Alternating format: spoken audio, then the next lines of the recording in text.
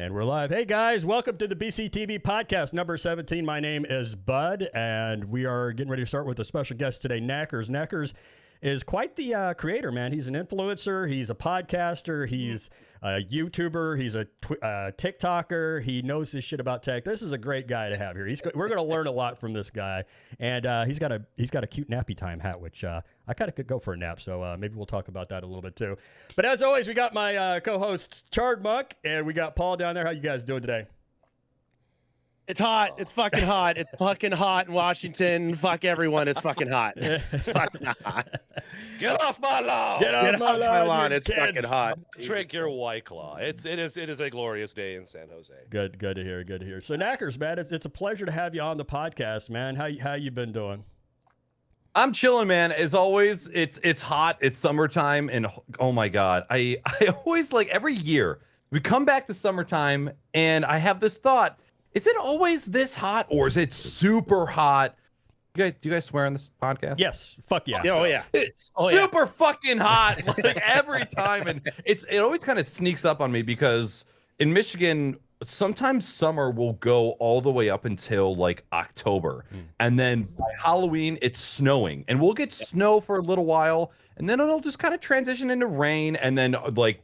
It's just gray. It's dark and gray for months and months and months. So right now we're enduring the heat. It's humid as fuck. I don't know how humid, but it's real humid. So just trying to stay alive, I guess. Yeah, Oh, yeah. Midwestern swamp ass. It's a thing. Swamp ass is definitely a thing. Yeah, being here in central Indiana, we're just a little bit south of you, so the snow usually goes over us, but we get that humidity. I think it comes off the lakes or something. I'm not really sure how weather works, but that's my guess. That's my story, and I'm sticking to it.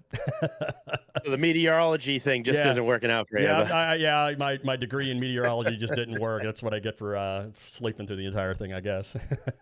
I'm making you knows about are the ones that he creates himself. There you go. It's always humid in this room. Yeah. Oh, he's digging for something. What's he got? What's he looking for?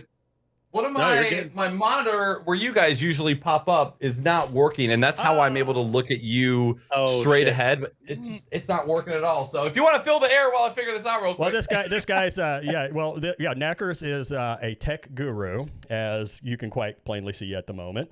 He's quite the influencer. He's a good dude, and it's going to be great having him on the podcast. I want to ask him about that gear he's got going on in the background. You guys see that? You want to ask about the gear? I want to know all about all the gear. Yeah. I like the gear. I love talking tech. About this. Your setup is we don't need Viagra. We just take a look at photos of your setup, and we are just rock hard. Hold on, sweetheart. I'm gonna watch a VOD real quick. I'll be back. It's See you later. Back quickly. It works quickly with my phone. My wife's like, "You watching porn?" No. It's better. No, we're watching a mic review. No, but I love your setup, dude. And you talk a lot. I was watching on your Twitter profile. You've got a kind of a 60-second video that kind of tells you everything you need to know about Naaackers. Is kind of even the title of it. And I saw your rack. You're pulling out this rack. You got a couple of mixers on this rack. You were talking about this audio gear. You have some rack mount looking stuff there. What was the inspiration? I mean, what got you into I guess tech as a young lad or as an adult, or how did that get started for you? How did the love of tech? Yeah, like as a quick summary, back when I was in high school, I had a buddy that was just getting into building custom PCs. And even it's crazy if you go back and look at what custom PCs looked like 10 years ago, they're fucking terrible. They're ugly, they're beige. People are cutting windows out of the side of their cases with Dremels and then just like putting a sheet of plexiglass and like, it's custom. Yep.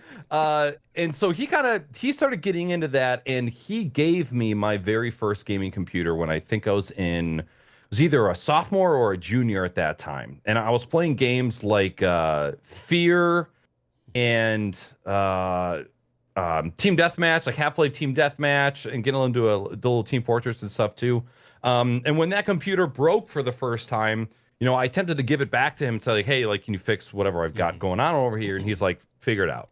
If you're going to continue using computers for gaming, you're going to need to be able to fix them yourself. So that was kind of my first instance of getting into tech and starting to understand it. My first tech job came after working at Best Buy for 2 years in the computer department. Right. But it's all sales, and I absolutely despised working there. It was absolutely terrible. Thankfully, a friend from high school hit me up and said, hey, my aunt is running an elementary school and they need somebody to look over the technology. I had no fucking idea what I was doing back then. This was when I was 20, so 10 years ago. I'm like, yeah, I can manage your network of 400 users. Absolutely. And I just learned in the background as time went. And I had that job for 8 years, and it was a great job. So go ahead. I was just gonna say that's amazing because that kind of mirrors my own story in a lot of ways. But for me, it was Circus City. I don't know if you remember. You're probably old enough to remember Circus City. Yeah, Circus City, and I worked in their computer department. Then I ended up kind of starting a side hustle fixing people's computers that would bring them in because they didn't have Geek Squad or anything like that. So my manager's real cool. So he let me run the side hustle where I would, go to people's house and I'd fix their computers if they come in with a problem. Anyway, after that, I kind of got in a job, just through, I think, Craigslist just to do, because I wanted to get more into the computer aspect of it and wanted to start a career in that. And I ended up doing this Craigslist for a migration that this company was doing. I had no idea what the hell I was doing at all either. This was the time people were using like zip drives and things like that. So I ended up learning how to install a zip drive, learning how to migrate files via a zip drive on the job, while getting paid. Fucked up a lot of the job, but they paid me anyway, and that's kind of how I got in. But it was just the jumping in with both feet is kind of the part that kind of mirrors my own story. That's very awesome, dude. Will provide training. Yeah. Yeah, right, exactly. Yeah. When it comes to those types of stories, you very rarely hear somebody that has been working in technology for 20 years and like their first job like that went wrong, because the people who are the people who have the character and the work ethic foundation, it's a very specific type of person to survive in that environment. Like, we're not doctors, we're not putting anybody's lives at risk. And if they weren't getting help, they're still be worse off of not having anybody work with their technology whatsoever. Mm-hmm. So it takes a special kind of person to jump into those environments and have the drive to be like, okay, I need to spend 6 hours on a Tuesday learning why this Active Directory user isn't migrating from one group to another. Yeah. If you're not that person, if you clock out at 4:59 and you're out the door and you leave work at work, IT is not the career for you. No, definitely not. Yeah, especially when you're on definitely not the career for me. Okay, good. Noted. Having done it, it's not for me anymore either.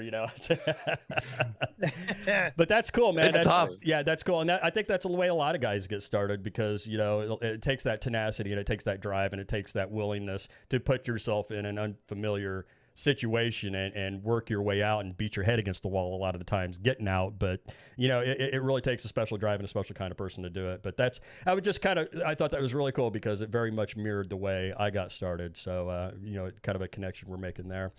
But back to the modern stuff, man. Looking at your gear, man, I love everything about your setup. I love the lighting. I love that rack you got in the closet back there. I love the mic, man.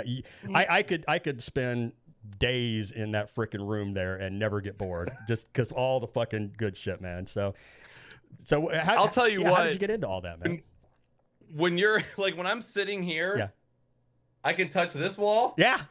And I can touch this wall. Like, it looks whenever people come over here, whenever they come over to the house, they're like, oh, this is way smaller than it looks like on stream. I'm like, yo, shout out to wide angle lenses, making things that are small big. Closet of fun, baby.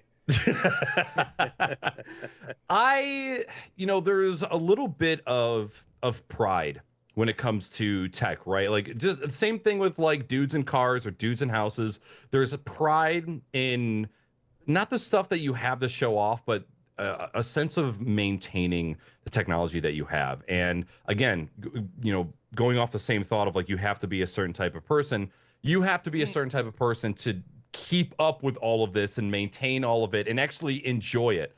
Mm-hmm. There's just like anybody else. There's, You fix cars all day at work, and then you come home and your catalytic converter needs replacing. You're like, I fucking hate cars so much. Yeah. Why am I doing this? Yep. But it becomes a part of your lifestyle. And I've always been somebody who has I haven't been on the cutting edge of tech. Like my gaming computers I've probably had like 4 or 5 computers over the past 12 years. You know, like I'm not up every single year. I'm not buying every new piece of technology, but I have an interest in taking different pieces and seeing kind of how they work, how they can work in particular setups. And you guys have seen like the audio equipment that I have and the macro boards that I use. Like there's so much depth to a lot of the tech that we use on a day-to-day basis, and I just get like such a raging boner, like tearing those things apart and implementing them. Yeah. And making them yourself. You make your macro boards. Yeah.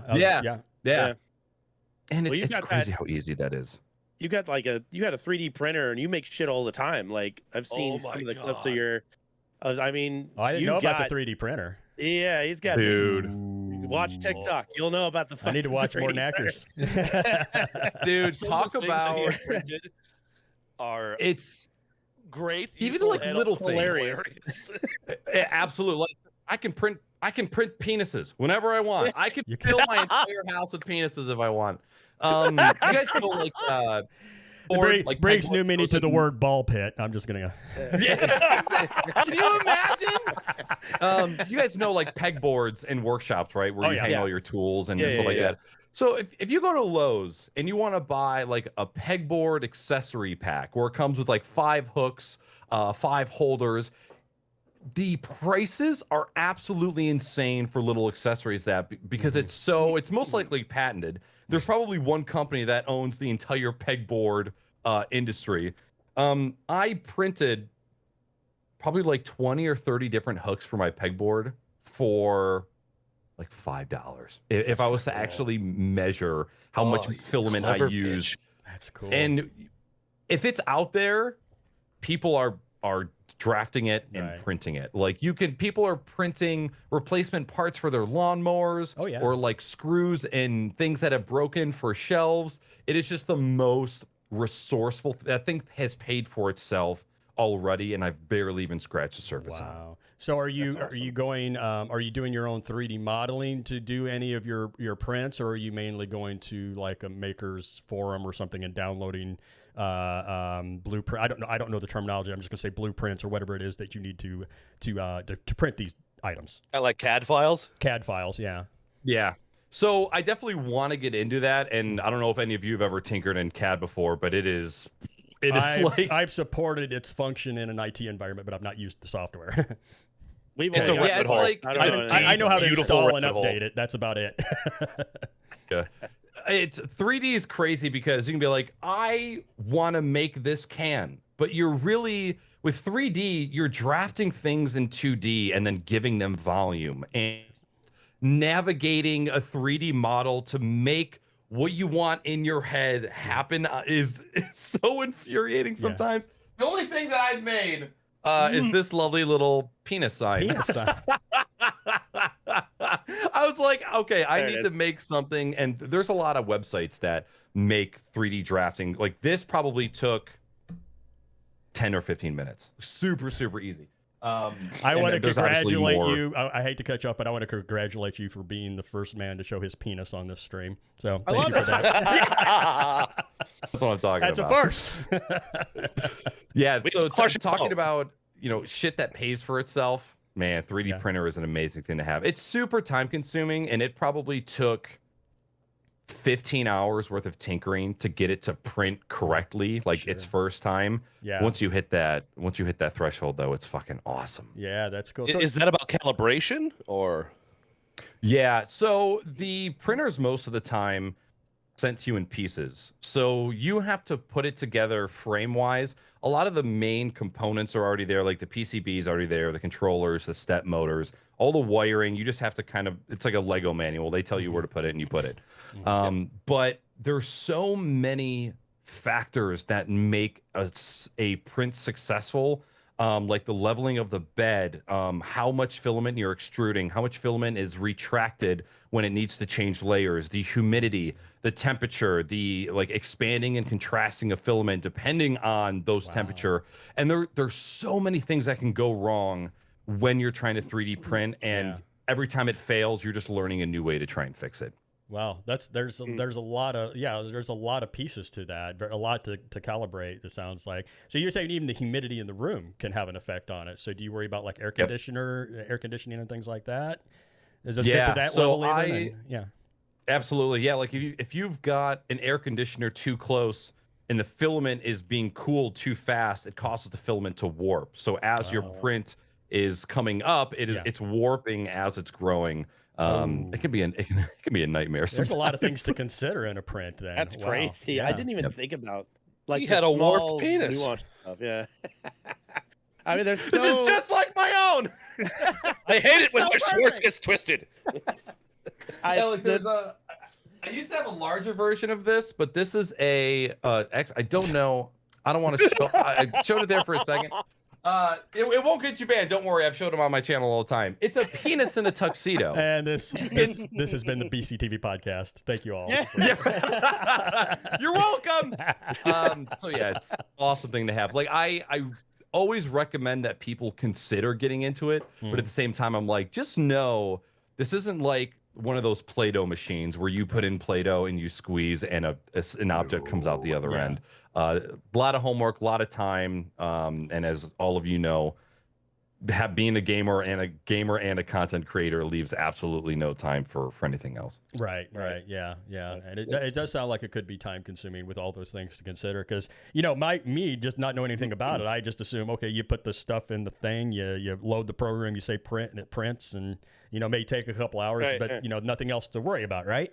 But yeah, to know you've got to consider the humidity, you got to consider the heat, you got to consider the placement of the air conditioner next to the thing. That's very, I don't want to say complicated, but it's definitely sensitive. It's complicated. It is complicated. But I mean, there's a lot more to consider than what you would think on the surface. So very cool. Right. It's not a plug and play kind of application. Yeah.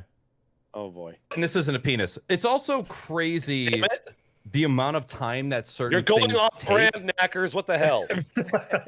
Hear it back. So this is a little N64 logo.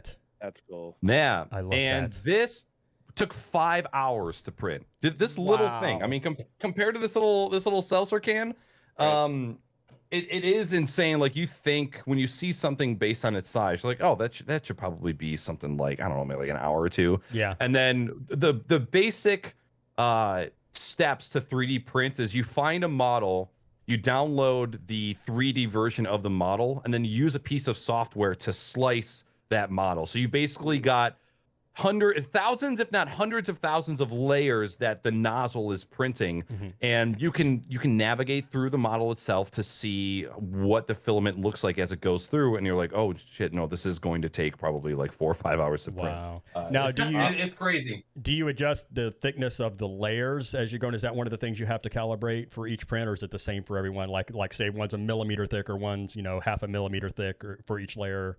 I'm just throwing out numbers. Right. I think, and I'm still a newbie to all this, I think that there is a way where you can adjust. I think no matter what, the printer always prints a certain thickness, because there's like the nozzle is, I think, like 0.4 millimeters in diameter. So I'm not 100% about that one, but you can make adjustments that will alter the final print. I would assume you'd want it to be very thin, just because it would have to have time to cool and dry between one layer to the next layer, so it doesn't warp, as you were talking about before. And so not only that too, you've got there's different qualities. Like you can have this print and say, okay, I want to print this in shitty quality, and it'll take 2 hours. So it'll speed up the how much time the nozzle takes to do a single layer, how fast it's extruding the filament. Or this can take 11 hours but be the exact same size, but you will look and you can't even see layers into the print. Kind of like it's almost like DPI. Yeah, I was going to even go back even further, say almost like the different speeds in like a VHS recording. If you really want to go retro, the different speeds you run the tape is going to give you a different quality. The faster you run the tape, the lower the quality is going to be. you know, and so Yep. on. Yeah, same kind of principle there, because I guess you could think of it almost as an analog medium. I guess the actual printing part is medium, even though it's coming from a digital source. So fascinating. Yep, absolutely. Yeah. Is that something you can start up, and then once you get everything calibrated and your surroundings are good and all your levels are fine, is that something you could start up and then go make a meal? Or do you have to sit there? I mean, you're not going to sit there for 5 hours, I get it. But do you come back? Is there anybody like, oh, this thing's kind of getting off of kilter here, I need to adjust that while it's working? Or is it just something like, okay, I programmed all this in, it's set up, ready to rock, hit print, I'm going to go to the store? Is it something you could do that with? Or Yeah, the first 5 minutes of a print, that first layer, how that first layer adheres to that printing service is the most crucial. So if you start a print and that first layer goes good and you don't see any warping within the first couple minutes, you're usually good to leave it. But like, I'll always check in every couple hours because things can go wrong in the middle of it at any time. I could So see it hasn't quite hit Ronco level of set it and forget it. Yes. you know, the guy just bring out all the old infomercial guy. Yeah, I know what you're talking about. the guy with the tuxedo was supposed to have a normal head. This is what happens when you leave it. Yes. It makes I can't watch He's this thing. uncircumcised. I guess the real question is, have you ever 3D printed a chia pet? Yeah. Since we're going infomercials. I wonder if you could do that. Not yet. Yeah, I know. Not I got yet. you thinking now. Yeah, he's going to do a chia dick. You know, it's going to. Dude, how funny. I mean, it makes sense. The balls to grow the hair. Are you kidding me? It's got Coming chia soon pubes. to the Naaackers merch store for Christmas. Yes, I'm influencing the influencer. I have achieved We're going greatness. shopping. Let's go. Wait, we should we all take a second to talk about our hats, the hats that we're wearing, like what they mean? Because I would love to do that. All right. Okay. Yeah, you go first. All right. You brought it up. So this hat is actually from Designed by Humans. It just says nap time on it. I love it. And I've never worn dad hats before, which I know this is perfectly fitting for this podcast now. And for whatever reason, like I want to say like a year ago, because I had lost my hair like 3 years ago. And so like you guys know that the comfort level of the hat that you're wearing is very dependent on what your hair is deciding to do that day. Very and if you're pulling all your hair back, if it's sitting forward, if it's wet, it's dry. And I'm like, you know what? I'm gonna try a dad hat and see what happens. And I bought it and I liked it. So I've been wearing dad hats lately. Very cool. Very cool. I got one over there. I don't have any dad hats. All my hats are fitted because I have high class hat standards, I guess. I don't know. You bougie bitch. You're a hat snob. Hey, you Hat know, snob. I don't eat great, but my hats are fucking phenomenal. This is the 4th of July Seattle Mariners special edition hat from I think 2 or 3 years ago or something like that. And since I won't be really seen a lot on anything media source next week because I got family coming into town and I'm disconnecting from as much as I can, I figured I'd put it on early today. My hair looks like absolute rat's nest, and I just boop. Hey, it's 4th of July. Fucking do it. Is there still any blue left in your hair there, Chard? Little bit. Good question. Little bit. Yeah. I haven't touched it back Uh-oh. up. It'll be, Charity goal? No, because I wanted to. Just because I wanted to. He's my biting coworkers. style. Yeah, he wishes. Everybody at my work, we all fucking dyed our hair different fucking colors, and we all kind of did it out of solidarity. So I came in with blue. Another guy came in with fucking fuchsia hair. We have lime green and hot pink, and our bosses came in and were like, at least we build parts and nobody sees us except for ourselves. But we were the most colorful cell in the entire building, so you know where the fun's at. Yeah. It's at Auglander. Hey, as long as the planes don't fall out of the sky, it's all good. Have whatever color hair you want. Exactly. That's what we do. All right. Do you strut, bud? What about yours? I thought I'd go last, but I can go now. Mine's just a Rick and Morty hat with the Rick and Morty shirt, and I kind of liked it. I was looking for something with these guys on it because I kind of became a pretty big fan of them a few years back. So that's really it. No fascinating story, and it covers up the bald. So, hey, amen. Amen to that. Yeah. Got to have something to cover up the receding hairline. I'm not completely bald. I got the Bill Murray thing going on, but you know, the wicked widow's peak. The wicked widow's peak. That's what we'll call it. I like that. Makes it sound kind of badass, even though it's pretty lame. There you go. I got it too. See, I'm happy. I still have a good head of hair. It's going gray as hell, but it's still there. Yeah. Awesome. Become the silver fox. One of us. One of us. So what about your hat? Mine is just the new summer TFG sunset logo. And honestly, I'm impressed with Streamlabs merch fulfillment. It's good, it's comfy, the quality's nice, and I love that logo. I dig it. I dig it. They did a good job. It's good. Is it snapback? It is. Yeah. As requested by somebody who's in the chat right now, a user by the name of 24 Ghosts asked if, because they liked the logo, they said, could you put that into a snapback? And within about 5 minutes, I went, done. Boom. Most of our merch is by request from our fans. Could you put that on a blank? Or could you put that on a black t-shirt instead of a white one? Sure. Yeah. The company I go through does not allow that. The hat setup for the company I go through is not. Gonna let you get that much choice. Giant pain in the ass. Can't have gradients. You can't have this. This doesn't fucking work. Jesus Christ. So I might be switching. One of these days I'll do merch. You already do merch. Nah, not really, because I don't count it because it's just a bunch of random quotes. I want to get some fancy merch like you guys got. That's my mine's just quotes. It's all it is. Just shit off the wall shit I've said on screen. Shake your head in disgust. Yeah. Paul, shake your head in disgust with me, please, on this one.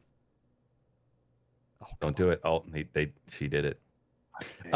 There is a shame. I've had such a weird relationship with merch because I love merch. I love streamer merch. I love merch in general, but I've never went out and really tried to make something for my own brand. Like I've got a bunch of joke things. Like I've got you guys have seen Bozo the Clown, right? So he's been on he used to be on camera like all the time. Yeah.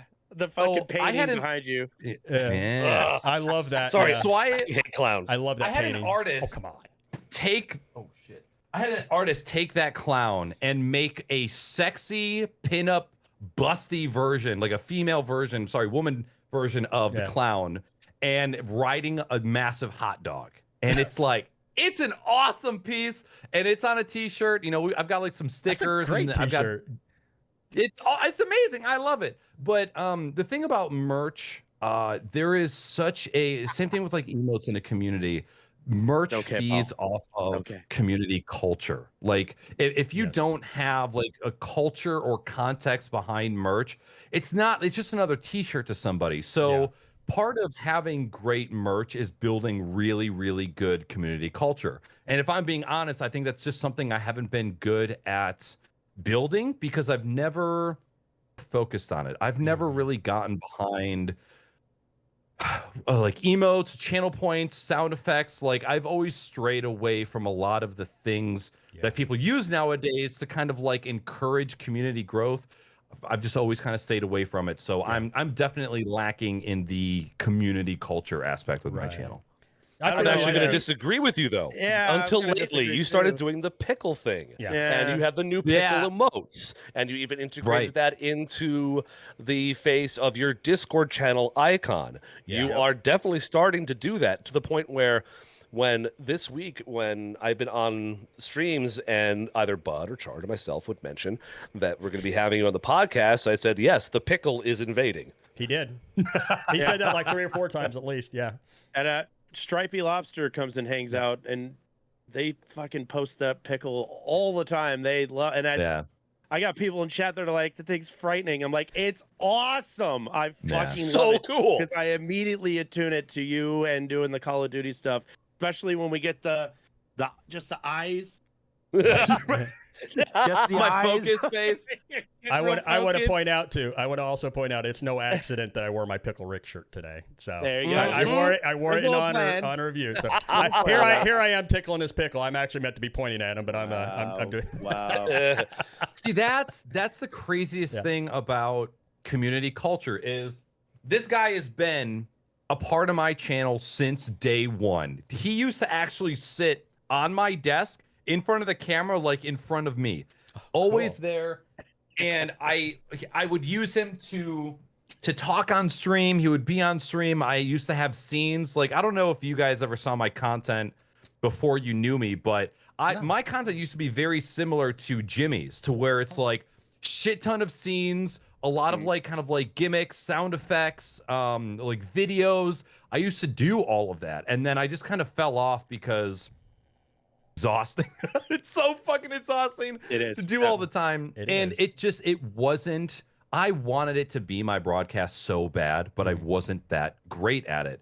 And after forcing that dude onto my channel for 7 years, and then randomly one day turned on a pickle and played some games, and that stuck and resonated better in that 6-month period than that clown for the entirety of my streaming career. So it's like, to a point, I have a fucking choice what takes off in your community, because you never know what people are going to latch onto. And it is insane to me about the pickle, and it pisses me off because I tried so hard doing things I had no business trying, and then the pickle thing just stuck, and then people loved it. It never goes that way, though. You have this great idea, and you just picture it going, and you have it, and you try it, and that it's always some random shit that just happens by happenstance that they latch onto.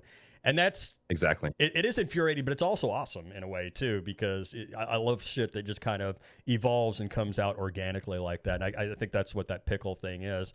I want to go back and touch a little bit on, because you had mentioned when you started out, or earlier on, you were doing a little bit like Jimmy does with his scene trades. We're talking about Middle Age Stream for those at home. One of my favorite content creators. Middle Age Stream, that guy, Who? The beer guy. but I want to. The reason I'm going back to that is because, and we talked about a little bit about this earlier, is these switchboards you could do, these macro boards, going back to your tech and your DIY. Those things are fascinating. One of the things I really love about them, and I'm going to go. I'm kind of going off script. You kind of got me going on Leorin board, but back to the mechanical switches. I love the idea of doing that, not just because it's DIY, but because they're mechanical switches. And that's the big gripe I always had about the Stream Deck, is I hate the fucking buttons. I get that they're like that because of the animated GIFs and shit you can put on them, but the buttons are squishy. It's a membrane style. The mechanical is so much better. What got you? What was the inspiration in that? What made you decide to do these kit boards and go this mechanical route and just kind of push in that? Yep, and I'll do a little show and tell for the camera of what they're talking about. Yes. So this is a 16 key. It's called the Super 16 by a company called One Up Keyboards. And I, like you mentioned, absolutely love the Stream Deck. But for like, how many times have you pressed the button on the Stream Deck and then gone, what the fuck? And then look down and realize that like the button didn't press. Too many times to count. All the fucking time, and it drove me insane. So the plus sides to me having a mechanical keyboard that has the same buttons, same programming all the time, is that I can reach down and tap something without even looking. And I know that when I hear the click or I feel the click, the button was pressed. And it didn't make sense to me to have my core scenes, pre-show, gaming, talking, be right back, goodbye, buried somewhere in a Stream Deck. Because I want to be able to be like, hey, I got to go to the bathroom. Not even look at the Stream Deck, tap a button, and then immediately start walking. Yes. And that time of like, I'm looking through my folders. Where the fuck? I know it's in here. Just like going through memes and sound effects, trying to find the thing you already know you want to do. Yeah. And that always just drove me absolutely insane. So I started looking into custom options that I could just like, okay, I want this key to be this all the time. Right.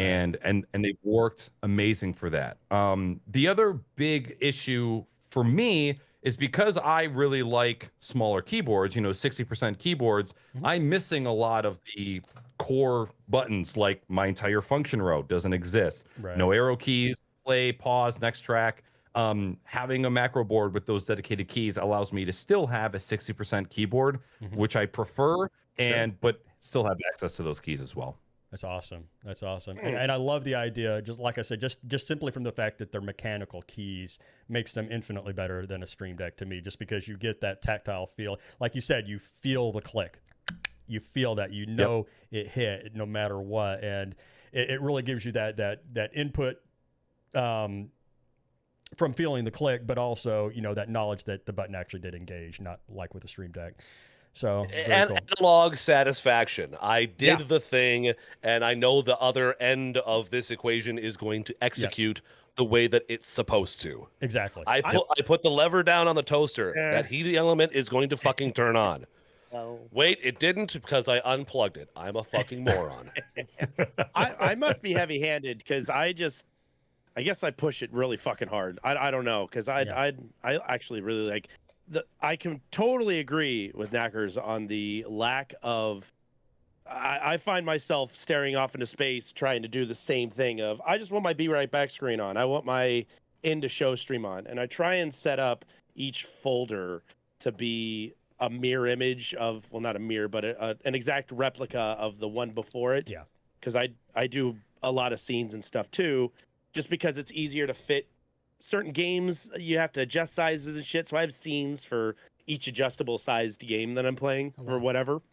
And so I make each folders, but sometimes it's buried, right? So I tried to put it, this is the console section for PC games that are newer, like No Man's Sky, or if I'm playing something on PlayStation 4, Control, something like that.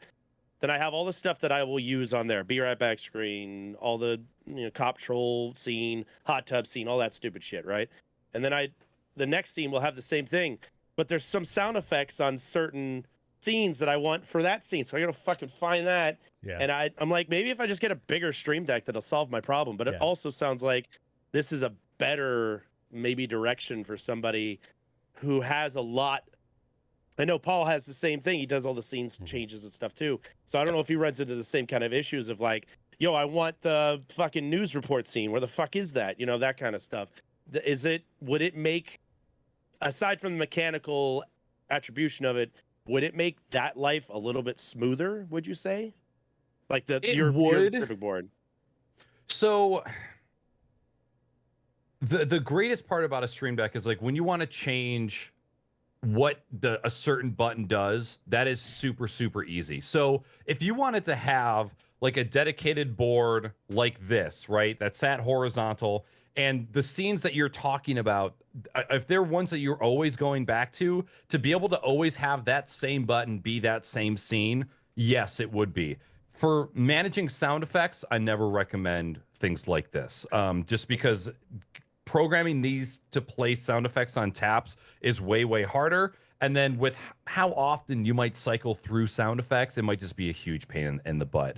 I am so keen on having that experience for myself that I have another Stream Deck that it has one page. There's one page and it just stays there all the time because I love everything that it does. But when I want to get to that particular thing, like if I want to mute a microphone because something is happening or there's a racist in VoIP, there's no time for fucking around. I need to mute the thing immediately. And what I will say is that the Stream Deck XL, so I just got gifted a Stream Deck XL pretty recently by shout out to my community. Nice. Fucking too good to me. And I tweeted at Stream Deck and I said, you know what? The Stream Deck XL is amazing. What I need is the ability to freeze a row so that no matter what page I'm on, one row is always the same no matter what. That would be awesome. That would be sick. So for you, if you've got 4 scenes that you know you're going back to all the time, no matter where you're at, you can be stuck on the sound effects page, but have your main scenes at all the buttons at the bottom. That would be sick. That would be really nice. So I'm waiting for them to do that. Yeah. That's and now I'm going to speak from the idea. simple side of things because I know that there is a folder functionality, but the way I set my Stream Deck, because we move pretty fast on our channel. Things are kind of bang, bang, bang. So I only have set, hello, Iona. I only have set exactly what I'm ever going to use. I don't have any subset folders. So I only update this to fit the needs of what I'm going to do, kind of currently and quickly. Whereas if I have a scene that's lesser used, Well, that's just going to be on OBS, and I'll grab the mouse and I'll pop that scene if I have to. Those are my ready, shotgun go bang bang bang almost every time kind of things. Whereas, like, I know Chard is talking about folders and subfolders.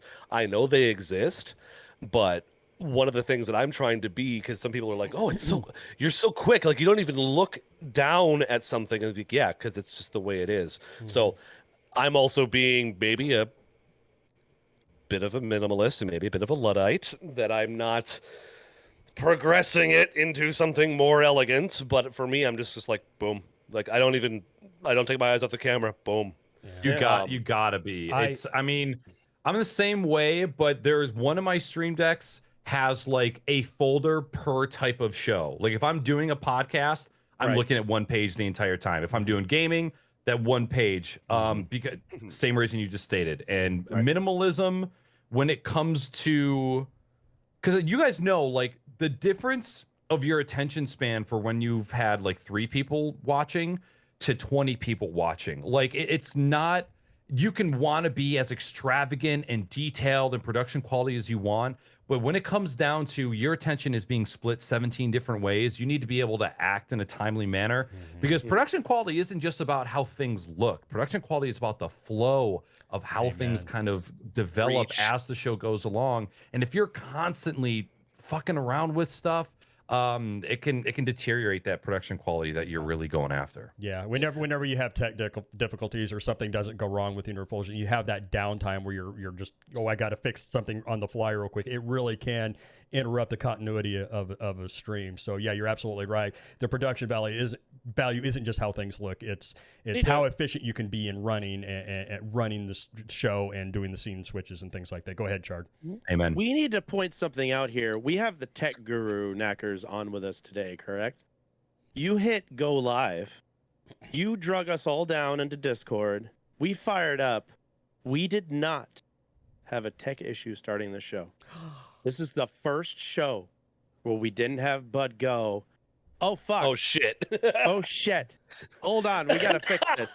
Someone has been doing his homework to impress our guest today, I think. Lex.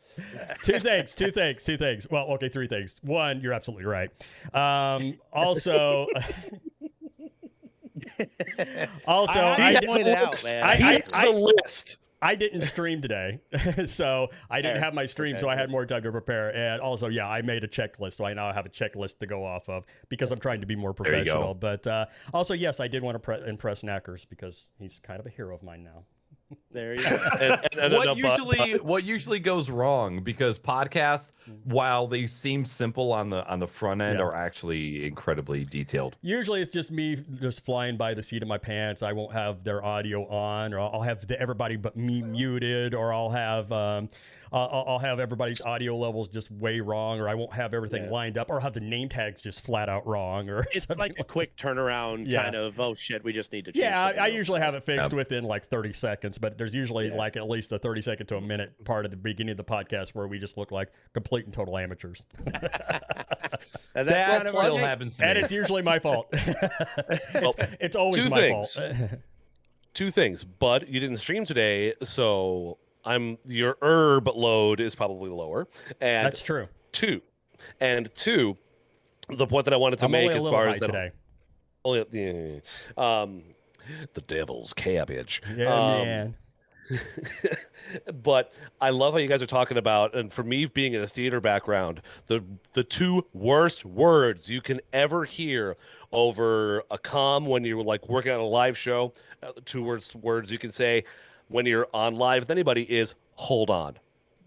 Yep. If you have to say hold on, you're so fucked. Yeah, that's bad. That's bad. Yep. I don't even do theater. So, I know that's bad.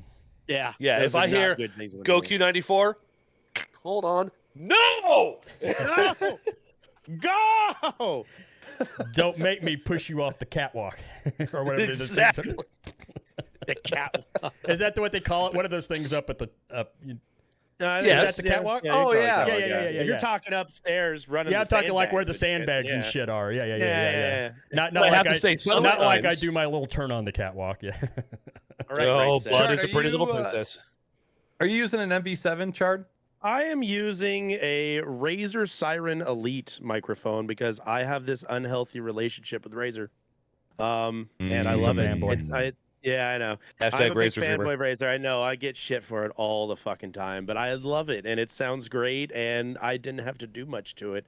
A buddy of mine who's into audio, buddy of all of ours, Barley, sat down and helped me kind of fine tune everything in OBS because I was working on voice mod, and every time I turned that thing on, I literally wanted to die inside every single time. I hated voice mod. I could not function it properly. I only used it so that I can get level in one and sound in another, and then it would just shit all over everything I did. So I deleted it completely, and then I bought this. This was the first like expensive. So I had a toner blue XLR for a little while. It was my first big mic that I bought outside of whatever headset mic I had to start. And then I picked this thing up. I did research on it. I looked over it. I'm a Razer whore. I'll admit it. So I was like, you know what? Let's drop a few extra on this thing. Let's pick it up. Let's see what it's about. I mean, I was a singer in a band for several years, and I always used Shure SM58s and SM57s for recording and for live shows and stuff. But I don't know. I just never thought of it the same way. I wanted something. Yeah, there you go. I love them Silverheads. I just bought 4 of these. I got. Hey, you want to send one my way? Those are great mics, though. Those are great. I love the Shure SM58s. They're fantastic I love Shure SM58s and 57s. We did 57s for live or for recordings, and then I did F58s for live, and then I had a wireless and a bunch of other shit. But I wanted to do something a little more different. I don't know. I just wanted something like this. The toner was good, but too crackly. It was a $50 mic, so you can it was good for getting started, to getting my feet wet, right? And it worked. It worked great. And I had a very generous community that helped me save up, and I dropped it on this guy, and night and day fucking difference, right?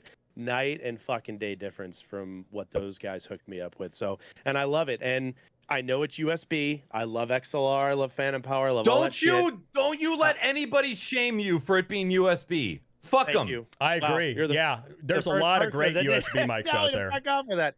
When I bought it, I was like, shit. I thought it was gonna be dual. Like I thought it would be one or the other, and it wasn't. I plugged it in and went, fuck. All right.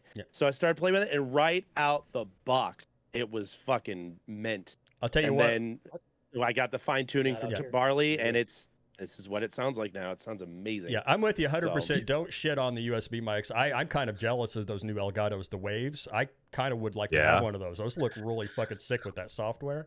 Yeah, USB mics. Thinking about getting one of those for my Mac. Yeah, I thought about getting one for my laptop for travel and shit. Yeah. That reputation came because a lot of that stuff got rolled out in like 2007, 8, 9, a little too early, where certain soundboards and processing power and also a lot of ignorance in the way of the user made it so that the end product, the end result of the content that was being created was crap. And so it was a lot of different factors. You talking about the Blue Yeti users talking into the top of the microphone instead of the front? Jimmy with the microphone facing backwards. Yeah, right, the backwards. It sounds weird. I don't know. Why does this USB mic sound so crap? I better spend more money on an XLR. I'm talking from the other fucking room because it might as well be.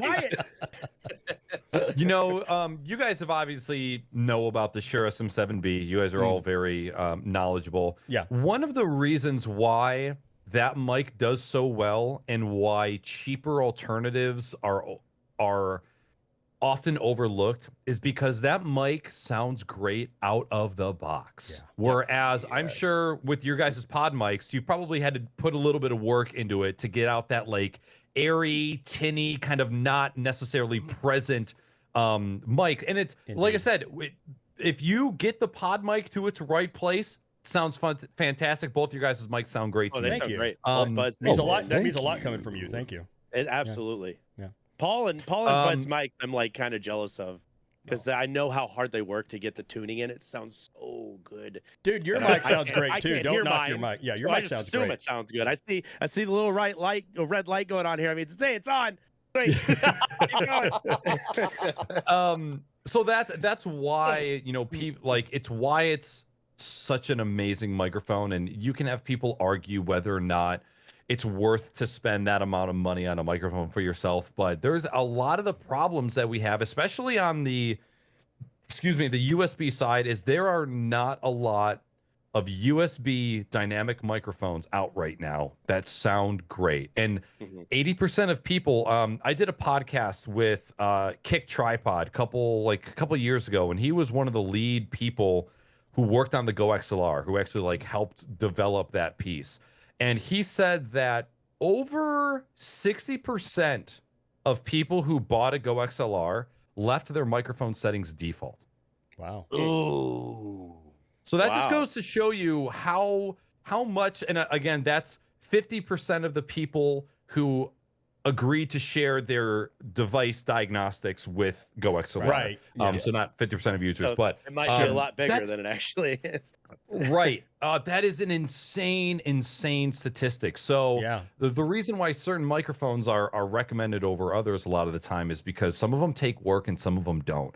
That makes sense. Again, like this microphone, the RE320, I think it's $299 right now, or it's either $299 or $349. That sounds about right. But out of you guys are hearing this mic without any EQ on it. It's all just a good preamp, compressor. That is it. That's all that is going on, and that's something that's exactly 100%. Same SM58s. You know, I will never knock anybody for not wanting to buy something because of the way that it looks. There's a certain essence to buying things because of how they look. And again, when you're on camera, we are all very picky over what is in our camera frame and how something looks. Yeah, aesthetics are SM58s look they are. Yeah, very SM58s look fucking goofy when you've got like a clamp mic arm and sitting at a it just looks goofy. And I don't know if that's because we all grew up on Twitch watching people with Blue Yetis and AT2020s, like the AT2020, AT2035. They're slick fucking mics. They're matte black. They're black all the way around. There's no chrome, nothing shiny. Again, sound amazing. I used to use a 2020. I got a 2020 in it's in the closet, I think. 2020 and an NXL 990, same thing. Great mics. There is a certain tone that you can get out of the 2020 and the 2035 that I cannot replicate with this microphone. They just do such an amazing job at replicating a true warm sound of a voice. When I talk to people who have 2035s or 2020s, it sounds like I'm in the room talking to them. We're like, we all sound a little bit, a little beefy. We got a little beef. Low end on there. Well, a lot of that's the difference between condenser versus dynamic microphones. You're going to get that presence with that condenser mic at the sacrifice of picking up every single bit of background noise. Every fart in the corner of the room is just right in the goddamn microphone. You guys want to hear my wife vacuuming? Let me hook up my AT2020 again. I'll turn off my noise gate. Sorry, I can still hear your wife vacuuming with your current setup. Yes, but with my AT2020, it sounds like she's in the same room with you. Yep. Hey, you missed housekeeping. I stay. I watch. I join in. But that's not knocking condenser mics. I love condenser mics, but you just have to have the right kind of treatment in your room to use those kind of mics. Exactly. In my opinion, It was weird from the Blue, the toner to this, because the toner was the side mic where you talked into, it's like talk into the logo of the mic. So I had it would, hang there. So when I got this, it was the same thing. I was talking into the side of it. I was like, this sounds like shit. And I got it set up the same way. Nothing's different. So it's a fucking USB mic. Yep. That's the fucking problem. And then, I did research after because I'm an idiot and went, oh, you need to talk into the top of it because that's where the fucking connection, you dumb. Yeah. And as soon as I did that, night and day. Even my parents watch my stream. God help them. I don't know why.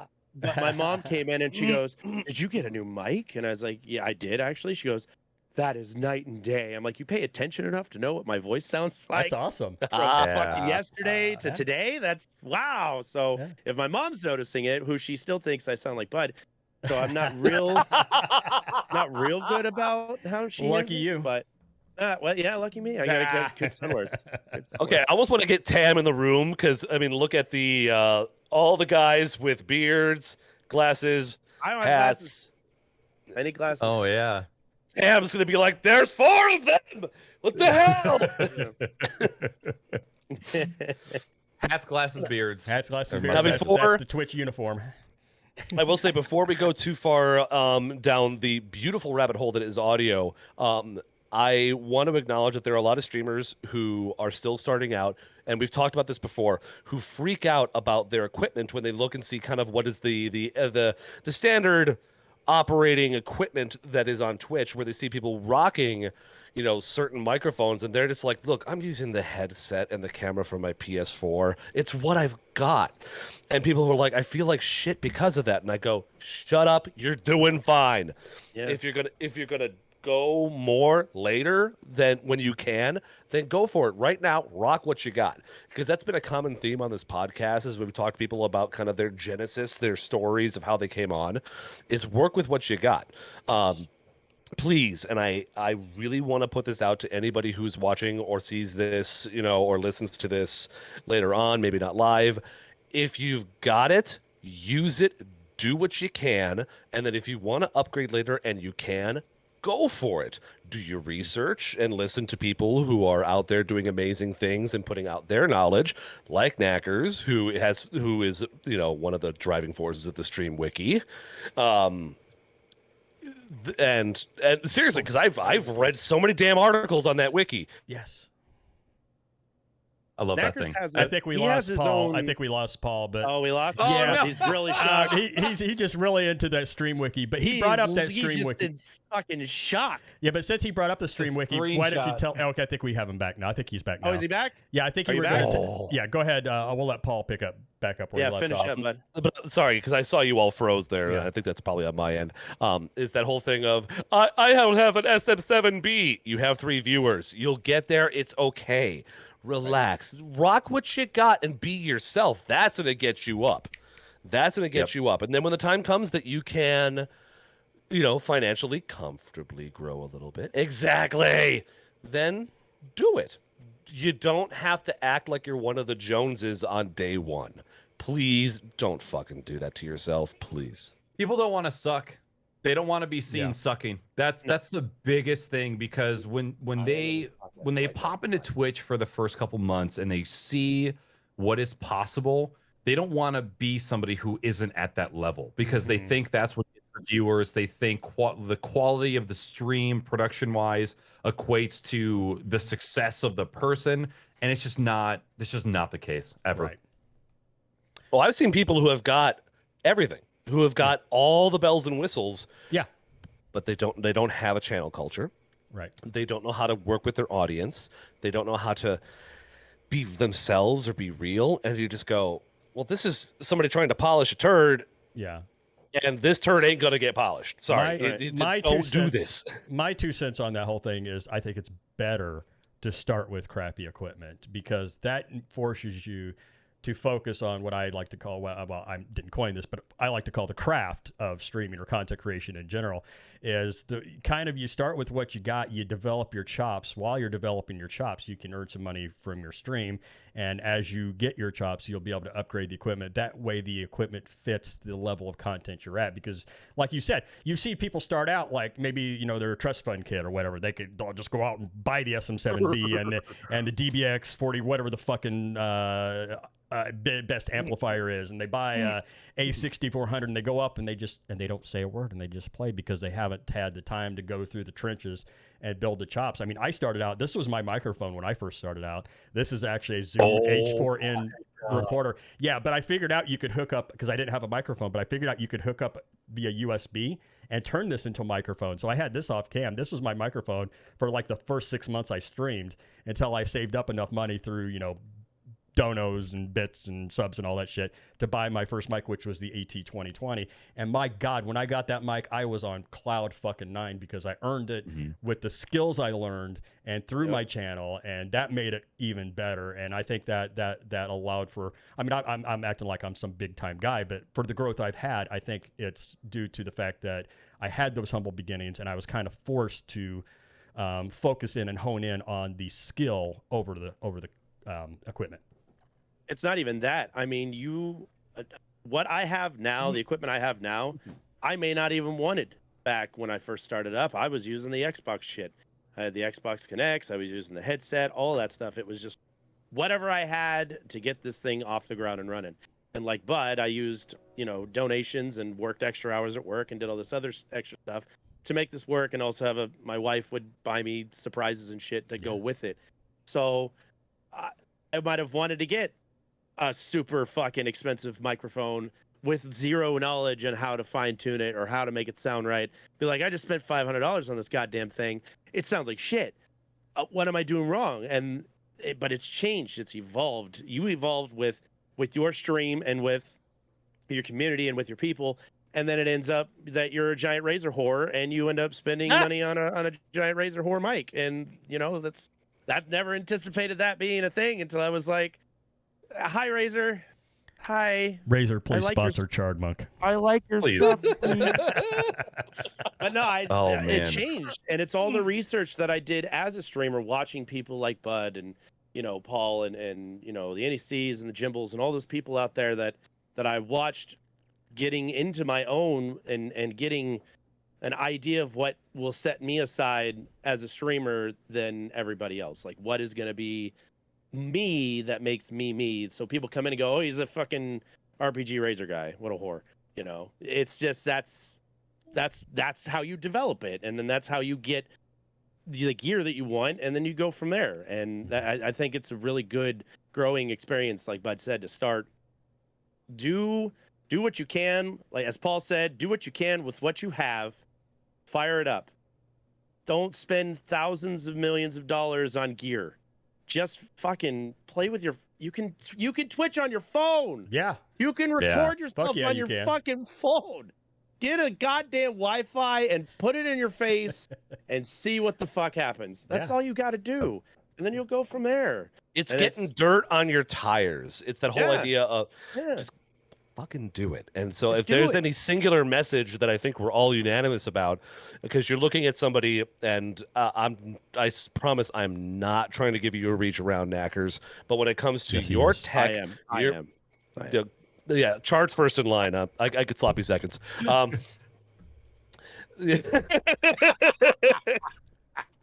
Harder. I love it. The safety word is banana, but you'll never banana. It's pickle. It's pickle. But when you've got someone who is like, really high echelon like you, and you've got a couple other dudes in here that, have done some of the work, it's really quick to go, I'll never be like that. Are you fucking kidding me? You don't have to be like that. Get on, play the games, have fun, grow a community. You don't have to have the most badass shit to be badass.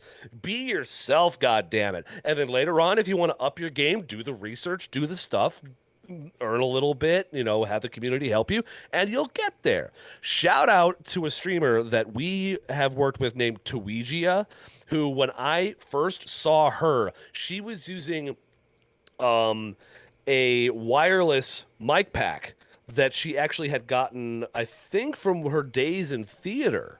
Nice. That she'd hardwired in, and it was tinny. Mm-hmm. It was, it was a Sennheiser. It was, it's okay. It's okay.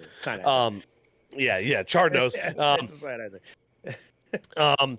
And then we came into her stream just like as a crew, just like, hey, she's playing a game. It was her first time ever playing Legend of Zelda. She just never really gotten into retro. Fair. And when we looked down and we saw that she was doing a donation drive so that she could get a Blue Yeti, so that she could upgrade a little bit. Yeah. And especially when you're dealing with what she had. All of a sudden, our whole community just like within about 20 minutes got her to her goal. And now you come in and the sound of it is way better. By the way, again, shout out to Tuigia. She's awesome. She's got kitties and she has a pet ferret, which is fucking awesome. Which I had a ferret once. Because at one point, she came into my channel and was just giving me crap, and I'm like, yeah, go play with your ferret. I'm gonna take that back. That sounded sexual. I'm sorry. At the same time. Look out. Look I know. out. I noticed you guys too. both took a sip of the same. I noticed. I wasn't gonna say nothing. Sorry, family. I had to. No. Dude, I'm telling you, Chard and I are quantumly linked as evidence of his mom and my wife. Just it has to be true. It has to be. Gear matters. Like, if anybody ever asks me, does gear matter? I say yes, but not as it doesn't matter as much as you think that it does. I made TikToks with this and this fucking microphone, this tiny little microphone, combined anywhere from 200,000 to 300,000 views with these two things right What here. are you holding your microphone with? It's a little squirrel hand. I know. I saw it. Yeah, that's just awesome. Which, by the way, on my Twitter is one of your TikToks. I watch this thing at least once a week. It was today on TikTok. It's the time where I was making chicken fried steak on stream. I broke my ribs. I love that one. Oh, that man, fucking hurt. Yeah. My eyes were like, oh, fuck. Check out Naaackers on you TikTok. didn't like hit where we went, ooh, that must have hurt. I think was... everybody was like, oh. Yeah, you looked like you fell through the roof. Like, it was rough. Wow. That was two fractured ribs for that. Yikes. I like my eyes are up here. That's the newest favorite one. That's beautiful. I look so disgusting in that. I love it. Oh my god. You have to embrace that shit, though. Yeah. I just recently fell into TikTok because a coworker of mine, a really good friend of mine, showed it to me at work, and I'm like, what the fuck are you watching? And then my wife found it like the same day on some weird universal spin that everybody found TikTok the same day. So they're sending now, the two of them are sending me stuff. I'm like, fuck it, TikTok. And then I saw yours and went, okay. I can't. I'm broken. I'm done. This is good shit. I'm going to admit right now, I have never watched a single TikTok video in my entire life. It's all right. Never. I've seen them on YouTube. I've seen TikTok videos on YouTube, but I've never gone to TikTok and actually watched a video. I know. If you start I'm with embarrassed Naaackers, about it. I'm not bragging. I'm saying I wish I would have been, good. because that's kind of the gravy train right now, isn't it? That's where the growth seems to be. You could tell us a lot about that, dude. Yeah, please do. Not only from a content creator's perspective, but like, for example, there are a couple different people that I follow that people do like all their TikTok is all gardening or woodworking or cooking hacks or woodworking hacks. The amount of shit that people can teach you in 15 to 16 to 60 seconds is like insane. There's that part of TikTok. There's a content creator part of TikTok.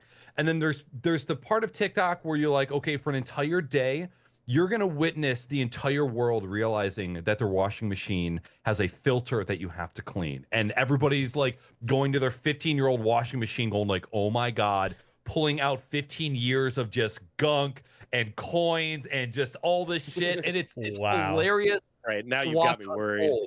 That's interesting.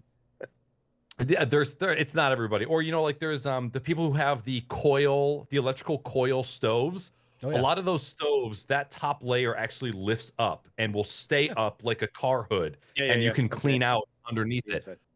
Millennials didn't know that. So a lot of stuff like that. There's people, TikTok is very big on feeding you content from your area. So like right now, all of our freeways are underwater because of all of the flooding and all the rain. Right. There will be people who all they do is create TikTok content about restaurants that they find, like little diamond in the rough restaurants. Gives you places to go, things to see, hidden beaches, pathways, parks. Is insane addicting, and you will absolutely spend an hour or two just doom scrolling through it. So it's poisonous in that matter, or in that fact. But there's going to be good or bad, and bad. Excuse me. Yeah. Don't watch the ass shakers for too long, or the algorithms will keep giving you the ass shakers. The ass shakers. Exactly. You know what I will say about TikTok? There's never a time, like there's so many times where I'm just going through like Twitter. I'm like, all right, that's enough of that shit for the week. I'm fucking done. With TikTok, you're just like, it's all positive, good. I may need to check it out. I'll need to check it out for sure. Yeah, because I've doom scrolled YouTube, or not YouTube, Twitter enough to be like, I'm done doom scrolling. Twitter for the is rest of my fucking life. And yeah, poisonous it's and terrible. So bad. But if there's something that I could have a little bit, it's all fucking terrible as far as I'm concerned. I mean, I use it kind of reluctantly, but if there's something that's more positive out there in TikTok, then it's worth a look. I think I'll check it out. TikTok comes off as joyous because there's a lot of people who do some really fun, creative things on there. Yeah. I mean, and this is again to you, Naaackers, that one, and I replied to you with this one. The thing is like, does my nose really move this much when I'm talking? Here's my big Polish nose. Yep. And I responded to that because it made me giggle. Because if you, I don't know if any of you have ever, if you've ever zoomed in on your nose while you're talking, it moves a lot. And once you see it, you can't unsee it. You know, one of the big cons to TikTok is content theft is almost encouraged with the way that the platform algorithm works. Like TikToks that are made in reply. You remember when YouTube had video replies? Oh wow, yeah, that was forever ago. Yeah. So TikTok has that to where you can either stitch or duet another person's video, and you know, a stitch being you can choose 5 seconds of their video and then reply to it, or you can record yourself through the entirety of the other person's, and it shows the video side by side. Interesting. Streamer TikTok can be just as toxic as streamer Twitter. But there's so much less depth to it, and things die on TikTok way faster than they do on Twitter. Interesting. So sometimes you can be like, okay, like I'm annoyed with today just because of what's going around. But for the most part, it's a lot of feel good comedy stuff. And when you curate your feed to show you things that you're interested in, like for me, I've got a lot of like candy stores out of the UK, like people that make candy from scratch. Woodworking, DIY, 3D printing, streaming. Now that stuff I can get into. Yeah.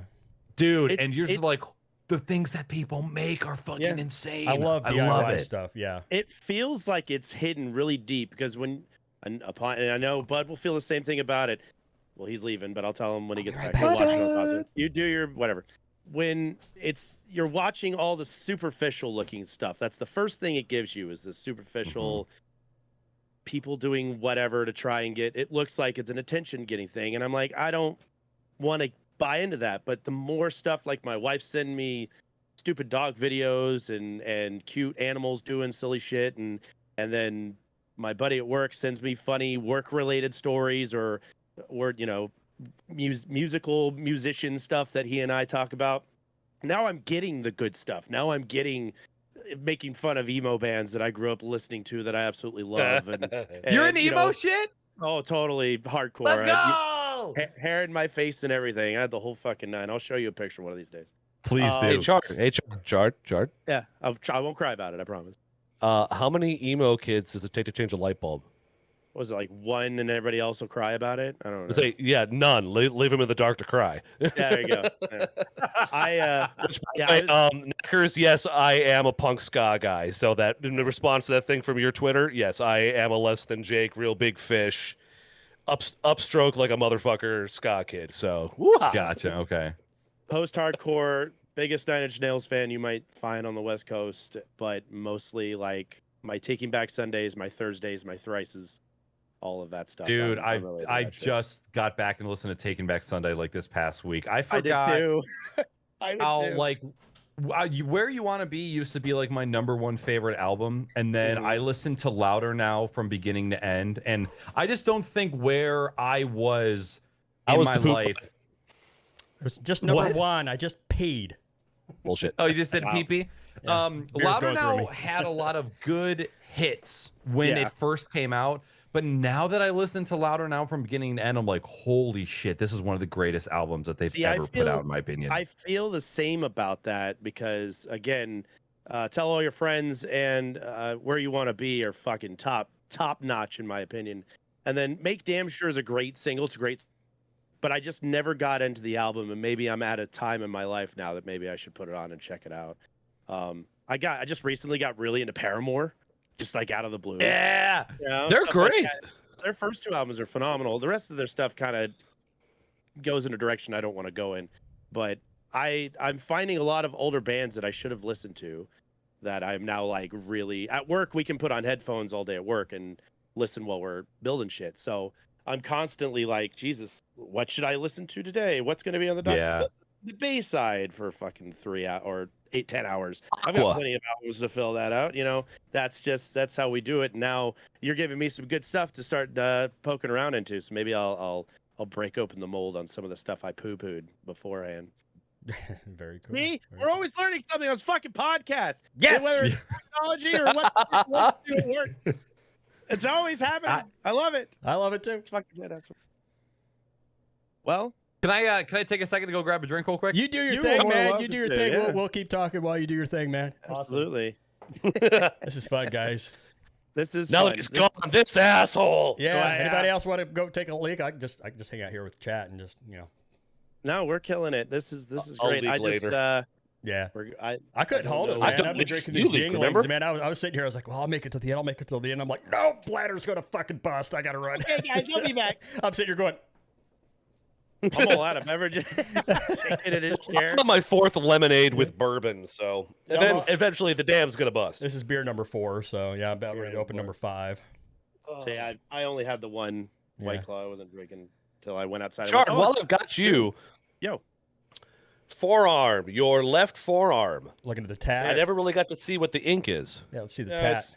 It's my obsession with stars tattoo. Oh, it's a cool tat, dude. Yeah. That's nice. Yeah, this is fucking like 10 years old, and you wouldn't know it. Look at this. The guy did a This phenomenal is my piece work. of shit tat. It says Ozzy because I was drunk, and I loved Ozzy Osbourne back in the day. No.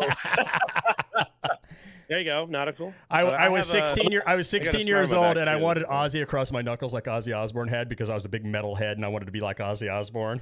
But my dad, well, yeah. But my dad would have murdered me, so I was like, put it on my arm where my sleeve will cover it.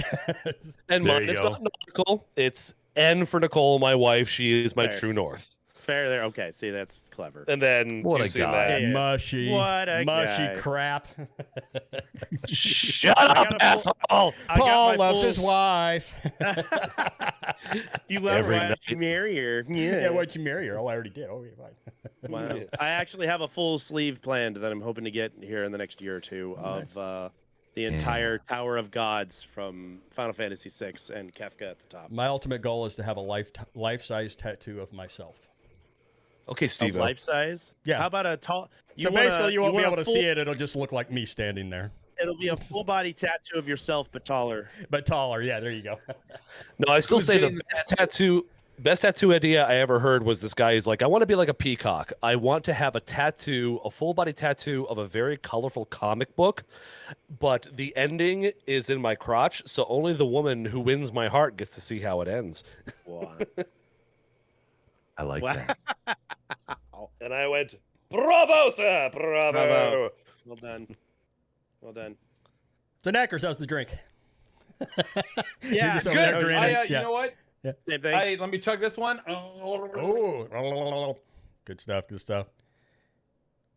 How is that Bud Light seltzer? Should we do it? They're really fucking good. Spot. Are they? We're not sponsored.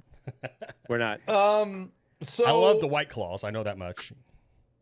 Claws are great. Yeah. There's so many. I feel as good about seltzers. Like, you guys know how absolutely fucking insane it is that we got to live through the start and the end of like the Marvel Cinematic Universe, like the movie series that was that storyline. Like, how fucking lucky we are. I don't even care about Marvel that much, but the fact that I get to live through that, amazing. Out of all the history of mankind. Right. And on that same level, we also got to see the rise of seltzers in the alcohol world. The rise! Hallelujah! What a time to be alive. Would it be the rise or the return? I feel like it would be the return because I thought we used to have them like way back in the day. I thought too. Did we? Oh, freaking Zima! I don't. Well, Zima is basically the seltzer, right? Okay, I got a story about Zima. Or Jaeger, or not Jaeger. Fucking Smirnoff. But to this level, right? Like usually. Level, like everybody you go into has a fucking seltzer right now. Rainier, you go into Rainier has a seltzer here. Are you kidding me? A fucking Rainier. By the way, BCTV seltzer is coming out in about a week. I just go. Fuck your bathwater. We got seltzer, bitch. We got BCTV seltzer, motherfuckers. Like when you go to a liquor store nowadays, it's coolers worth of seltzers from different companies. It's insane. Yeah, it's not an end cap. It's a feature section. Seems really like it started is. with So White Claws, if I'm not mistaken. And then everybody came out White with Claws one. were the ones that like really kicked it off for everybody. Truly's came out, and I've historically liked the flavors of Truly's compared to White Claws, but now that they both have so many different flavors. And so Tim the Tatman, somebody that I've been watching for I feel like my entire fucking life, he had always been praising these seltzers, and they have, I don't know, probably like 16 different flavors. So I picked up one of the seasonal packages, and a guy I just had on a what's that? Yeah, they're really, really good. I might check it out. The guy I had on a podcast a week ago, his name's Steve Wisey, and he's huge. He does like his TikTok content is a weekly beer show, and he told me about this seltzer called Smooge. I don't have a can here, but it is like a hard seltzer smoothie. Like it's not liquid, but it's not solid. It's this really weird in between. Yeah. Like and we was not a fan. Huh? Very, very good. Yeah, that sounds good. It does. It sounded good. I remembered I saw the picture of the video that you did with Weenie. She was kind of like, I'm not saying no, but it's kind of a yeah. So as somebody that spent the entire pandemic chugging beers and gaining 30 pounds, I'm like, all right, if I'm gonna buy in excess, let's get something that's a little bit easier on the metabolism. And now I've just been it's like what does it matter if I'm pounding 6 beers or 6 seltzers, but it makes me feel better inside. And I'm glad you brought up and we've clear, right? The clearer the drink, the less calories and shit in it, right? Yeah, there you go. That's, of course. The color is where all the calories are. Science. But going back to you kind of mentioned, we've kind of mentioned a couple times your podcast, that you've got a podcast, the Crocs and Hot Pockets podcast, I believe it is. You do that with a good friend of ours, Jimmy, Middle Age Stream, and it's a wonderful podcast. We want to tell us a little bit about that? Absolutely. So the Crocs and Hot Pockets podcast started over 5 years ago on Twitch, and it was myself, my brother, and then 3 of my friends. So I started Twitch as a means to broadcast my gameplay to people in my gaming community. So I was a part of a PC gaming community that my brother had started like well over a decade ago. And we had a super, super good core of gamers in that community. And, my brother told me about the site called Twitch. They had just gotten, they used to be Justin TV. I had started streaming on Twitch like 9 months after they had changed their name to Twitch. Oh, wow. And it was and I had no idea what Justin TV was at the time, and no idea what I was getting into. And shortly after, so this would now be 2016, I just knew how important talking to people was, and having a dedicated place where I could talk to my friends and colleagues. And so we would have 5 people on a podcast, and it would be every other week. Before then, I had done a podcast for my gaming community that was every week. And back when I was trying to be a part-time gaming streamer on top of a full-time job, doing a weekly podcast where you have prepared scripted content is a fucking nightmare. I don't recommend anybody try and do that, because the amount of prep work. Yeah. Oh my God. Even the prep work for this podcast is a lot, but scripted and fully planned out, that would be another level. Yeah. Brutal. Yeah. 4 to 5 Google Docs pages worth of content that we would go over. The podcast sucked. It was a terrible, terrible podcast at first. And as time went on, people started, falling off, guests started changing.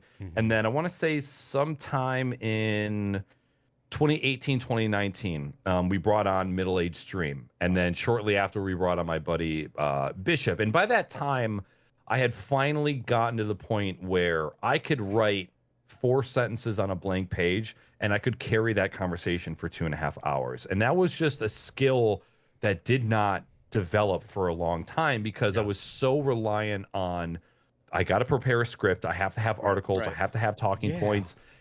Instead of focusing when I should have focused on from the beginning, have a conversation with somebody that you've never talked to before. Because once you learn how to do that, podcasting is really, really easy. There's a couple niche things where like you need to learn how to tailor a conversation to your audience. You need to be able to direct it when it gets off track, depending on what kind of podcast you have. Right.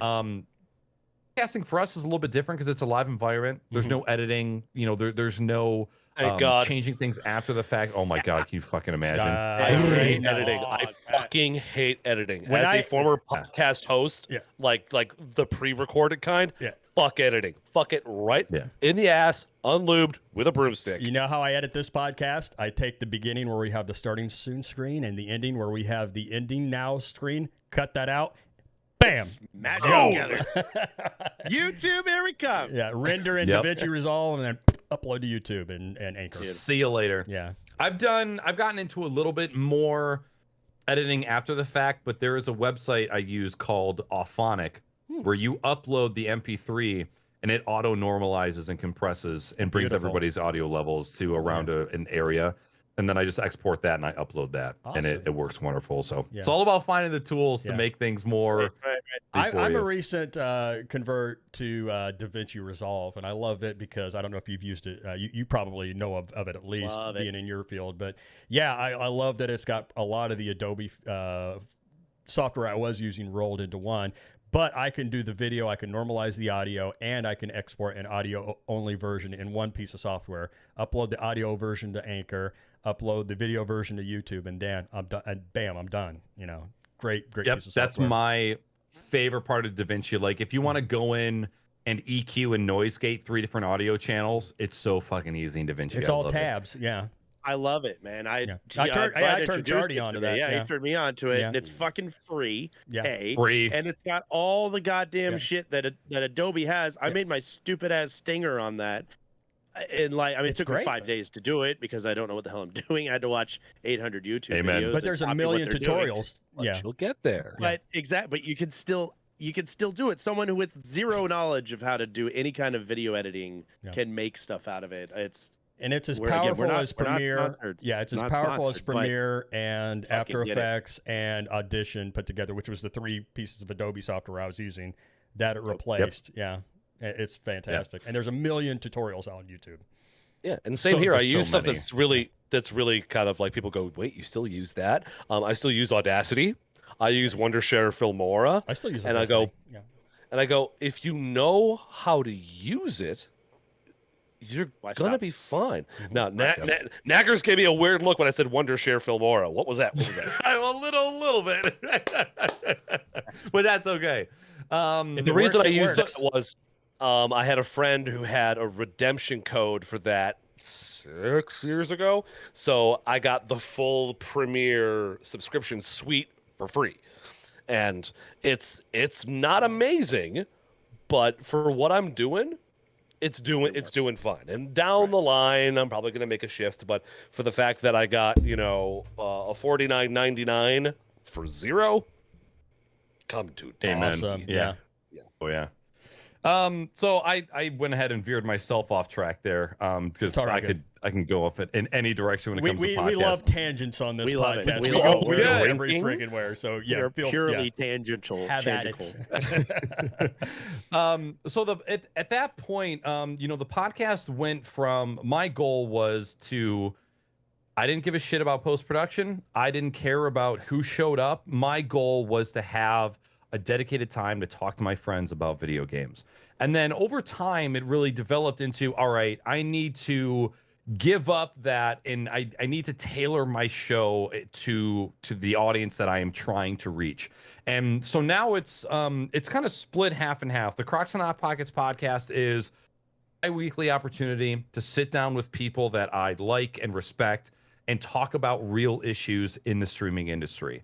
And then on the other weeks when we're not doing that, I have on new guests each week, specifically targeting like the technology side of the streaming industry, trying to talk to people in the industry, people that are CEOs, that run companies, product managers, and kind of veer in that direction as well. On top of having people that might not be in the technology side, but we've had like Epos Fox, we've had like the developer of OBS. We've had like last week, That was awesome. That was last week. Yeah, I know you and Epos get along pretty good. Yeah, he's kind of a hero of mine. Yeah, I love that dude. Same. Yeah. So it's an amazing opportunity not only to bring really cool content to the end user, but it's an awesome experience for me to be able to sit down with these people that develop tools that I've been using for years, or people on YouTube like Epos that I've been watching for 5 years plus, and be able to sit down and have a conversation with them. Like, that is an insane privilege that I have to sometimes like stop myself and realize, like, holy shit, I'm so lucky that I get to do this. Dude, I know exactly how you feel, because, you know, as young as this podcast is, you know, I have aspirations to do some of those things, like get some of those big creators that I admire. You were one of them, as a matter of fact. And it is a privilege. It is a privilege to be able to have these conversations and to be able to learn from people within my own community, but also to be able to branch out into other communities and just sit down and get to really know the person and their origins and what drives them. And it's not only humbling, but it's a huge honor that I'm only now beginning to realize. I say me, but it's really a team of us. There's a whole bunch of us, and I know the other guys feel the same way. Absolutely. And it's been a learning experience, and it's been an absolute privilege. And like I said, it's one of my favorite things that we've done since I started even on Twitch or as a content creator, is to be able to sit down and have these conversations. And I just want to say again, thank you for being here. I know it sounds like I'm wrapping up. I'm not even trying to do that, but I concur. It sounds like the Academy Awards. They're playing the music. Yeah, we're playing it up. No. But no, I'm just concurring with everything you said, because, you know, I'm just now getting a taste of that, and it's been a wonderful journey so far, and I look forward to many more. We've talked to some spectacular people on here, obviously you included, and they always say, don't meet your heroes because you might be disappointed. But when it comes to who the people that I view as heroes on Twitch, to me, in my opinion, you guys have all been fucking amazing. So I don't know. Ain't that the truth? Like, because, you know, in that aspect, when people are talking about, first of all, thank you very much for the compliments. It's super cool to be here, and I very much appreciate the invite. Anytime, dude. Heroes in our lives, like the Tony Hawks, the Brad Pitts, like, those are extraordinary human beings. Like, they are humans at another fucking level that we can't comprehend. Mm-hmm. Right. Our heroes in the streaming space, they're just everyday normal people. They're just other people. They're you, they're me, they're Paul, they're Chard. Yeah, absolutely. Yeah. Oh, shucks. I have yet to do, I've had podcasts with people that I didn't know well, that turned out to be like massive pieces of shit, like huge garbage bags.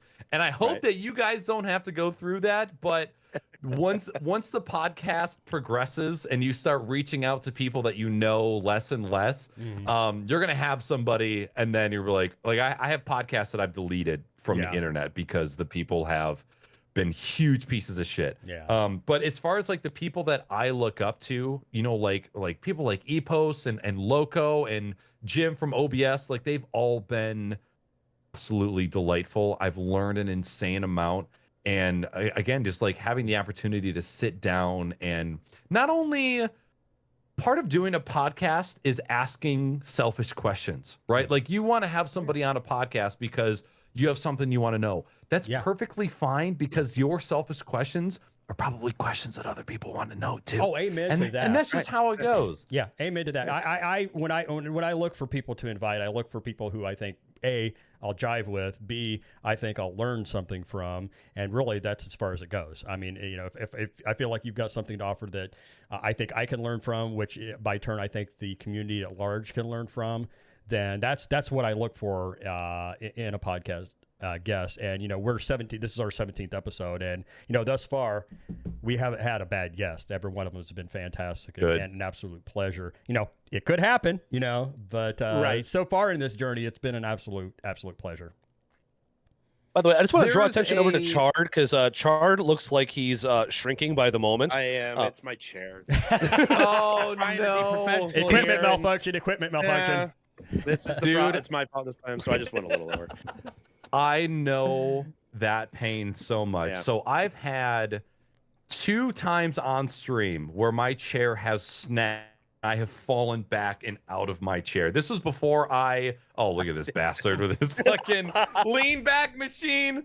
The base. I'm in a dad chair. I'm like legitimately in my living room. Oh my god! It's a gaming chair. He's on the futon. And how uncomfortable this thing is, I had to get a fucking lumbar support pillow, and this is the lumbar support that came with it. It's now my headrest. So I had to fucking life hack my gaming chair to make it so it didn't kill my back. This is the most expensive gaming chair I've ever purchased, and it wasn't that expensive, but the base on it broke.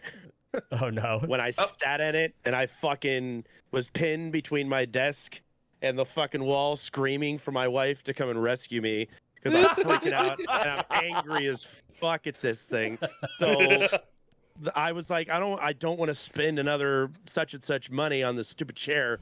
So I was using this $10 IKEA chair, which is 10 times worse than this thing. And then my community got me a metal base that they got off of Amazon, and this thing's super strong. But of course, as soon as I get the base put on, the fucking cylinder starts to go out. So every now and then, I got my camera levels, I'm good. I've got just enough of me that wants to be shown, and then we're just sinking in. So sometimes, sometimes being a shark on stream has its fucking benefits. Yeah, there you go. That's when VTube monk comes out. That's for the VTuber, because this thing's a pile of shit. So the lever that changes whether or not you can lean back in your chair or not, like on a traditional Office Max chair. Right. So the chair that I had in the middle of a stream, no rhyme or reason, that would disengage and my entire chair would click and it would throw me backwards because I would be leaning on it and it would just give. And there's so many clips of just going, oh my god! And I put up with that for so long. Every time I would lean a certain way, the piston mounting plate would come dislodged from the bottom of the chair, and I would just fall out. You'd just be like fucking. Yep. And it's funny. I had two clips that went like sort of viral on live stream fails back when it was a decent subreddit. And both times I got made fun of relentlessly for having, because as soon as I fall back, my feet go up in the air and reveal that I was wearing tennis shoes both times. Beautiful. People reamed me for having shoes while I was streaming, man. Bastards. That's what you get hit for? And my bird legs. Bud, are you wearing black socks with tennis shoes? Yes, I am, and I always do. I do too. I'm barefoot and proud, goddammit. Hey, if they're ankles, it's all good. Yeah, they're ankle socks. They're ankles. Yeah, I'm not wearing knee-high black socks. They're not up to the shins. Dubious. And I don't do socks with sandals. Socks. You have sandals. Northwest, then. I don't have. I have flip flops, but I guess those are sandals. I can't complain. I wear Crocs. Crocs are my flip flops. Yeah, I don't give a shit. Hints, Crocs, and Hot Pockets. Hints. What's your favorite Hot Pocket? Ham and cheese. No Ham question. and cheese? Really? Yeah. I like the pepperoni. Yep. Pizza guy. Yeah. I like the pizza pepperoni, yeah. Do you have a technique to heat up your Hot Pockets so they don't get so liquid hot, in the middle and I really don't. Frozen in the middle? Second-degree burns from a fucking Hot Pocket. I don't is there a good strategy? I feel like it's just I don't know, man. I tried the sleeve. Pocket. I tried without the sleeve. Every time I do it, they're wrong, but they're so delicious. Roll the dice. Yeah. I have a technique. Oh, let's hear it. Let's hear it. Life hack from Paul. I have, dude. If you call me a fucking hipster, I'm gonna crawl through this screen. I'm gonna punch you right in the dick. Too late. No. Same way that I'll par cook asparagus is I wrap it in moist paper towel. Do that for the first 30 seconds of the cook because the microwave will heat up the water and steam the Hot Pocket a little bit. Oh, I see. Then take it out of the paper towel and do the rest of the cook the normal way. It evens out the cooking process. And then you don't have the cold center and liquid hot magma edges. Okay. There's actually a burger joint back in Sacramento. Sorry, Naaackers, I meant to cut you off. There's a place the squeeze in, exactly, and they throw ice cubes. They throw ice cubes on the griddle. They put the meat in. They take literally the biggest hunk of cheese you've ever seen. They throw that on top of the burger, and then they cover it, and it's basically the same kind of aspect. So now the burger, if this is the burger, there's the cheese. That's cheese. It makes a cheese skirt. That's not an exaggeration. Fold and you can over peel it off and eat it separately. It's so good. Oh God, I love food technology. Go ahead, next. I want to try to Sacramento. Yeah. You're good. Sorry. You got me thinking about cheese now. I don't even remember the hell I was saying. Yeah, I don't remember what we were talking about. Yeah. No, what is his favorite Hot Pocket? Well, you say ham and cheese. Well, then you have to there you go. We had the math on how to make it. Are Hot Pockets meant for toasters? Like, are there toaster instructions? Hot Pocket, or is it microwave or oven? I was like convection toaster, maybe a toaster oven, like sideways toaster oven. Yeah, I had a big college who panini pressed it once. He panini pressed because he didn't have a microwave. He panini pressed a Hot Pocket, and it came out into crunchy, godlike, amazing, beautiful stuff. But I'm like, yeah, it was. Or can you Foreman grill one? Can you do the same thing? You better I be don't able see to. why not. Yeah. I don't see why not. Yeah, air fryer, a smoked Hot Pocket, like on a traditional smoker. I was getting ready to say, I wonder if anybody ever deep fried a Hot Pocket, but yeah. Well, of course, if it's it's frozen, it may be a bad idea because of the ice. But yeah. Oh, I'll make it work. Oh yeah, do they like combust if you try? Yeah. Now that I'm thinking about it, it's frozen. It might. Yeah, that would be bad. Kids at home, do not try to deep fry a Hot Pocket. Please do not deep fry. Yeah, we're gonna hear. Meanwhile, in southern Indiana, yeah, do not do that, please. Killed by Hot I am Pocket not Inferno. responsible for anybody who dies in a grease fire. Again, we're not sponsored. We are not responsible for anything bad that happens as a result. If you were to get a sponsor for the podcast, like, what's your dream sponsor for the podcast? Oh shit! Ooh, okay. Turning the tables. Yeah. Maker's Mark. Maker's Mark would be good, or Buffalo Heritage Trace, which is my Company, I love Buffalo Trace. Out of Gig Harbor, Washington. Hidden Valley Ranch dressing. Yinglings. You fucking shut up, Paul, or I'm going to come over there right now with your fucking ranch dressing. Stop. Everybody stop. Naaackers. Hot buffalo wings. Blue cheese or ranch? Both. At the same time? I will literally get blue cheese, ranch, and honey mustard and alternate depending on wing. Like, I want as many dips as possible. I think this is a cop-out. No. Me too. No, I'm not kidding. And support your multifaceted enjoyment of different sauces and flavors. All right, fine. Every time I go out for wings, I ask for both. Am I getting mozzarella sticks? I want marinara and ranch back to back. I love it. Interesting. Onion rings, ranch, barbecue sauce. Boom. All right. To appease your demands, if I had to choose between which one I like more, I like ranch more than blue cheese. God damn it! I love blue cheese. Yes! Yeah. Sorry. That's it. I'm canceling the podcast. You want to know why? Here's why. Ranch from restaurant to restaurant is 100 times more consistent than blue cheese.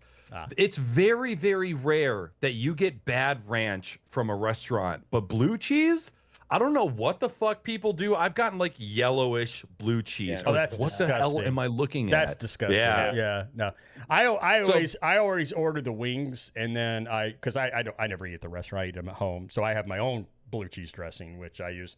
I guess I'm not going to say the name brand because I'm not sponsored, but it's one of the refrigerated ones. It's not one of the off-the-shelf ones, but yeah, I use a very fancy grocery store blue cheese dressing, which is very good. Nice. I'm a huge and it's never yellow, which is disgusting. That's horrifying. All right, so then what is everybody's go-to wing sauce or rub? Like if you're going to get wings, like what's your favorite wing? I would go spicy garlic is usually the one we go for, but I'll add a little bit of Frank's on top of that. Chipotle rub. That's my favorite. Okay.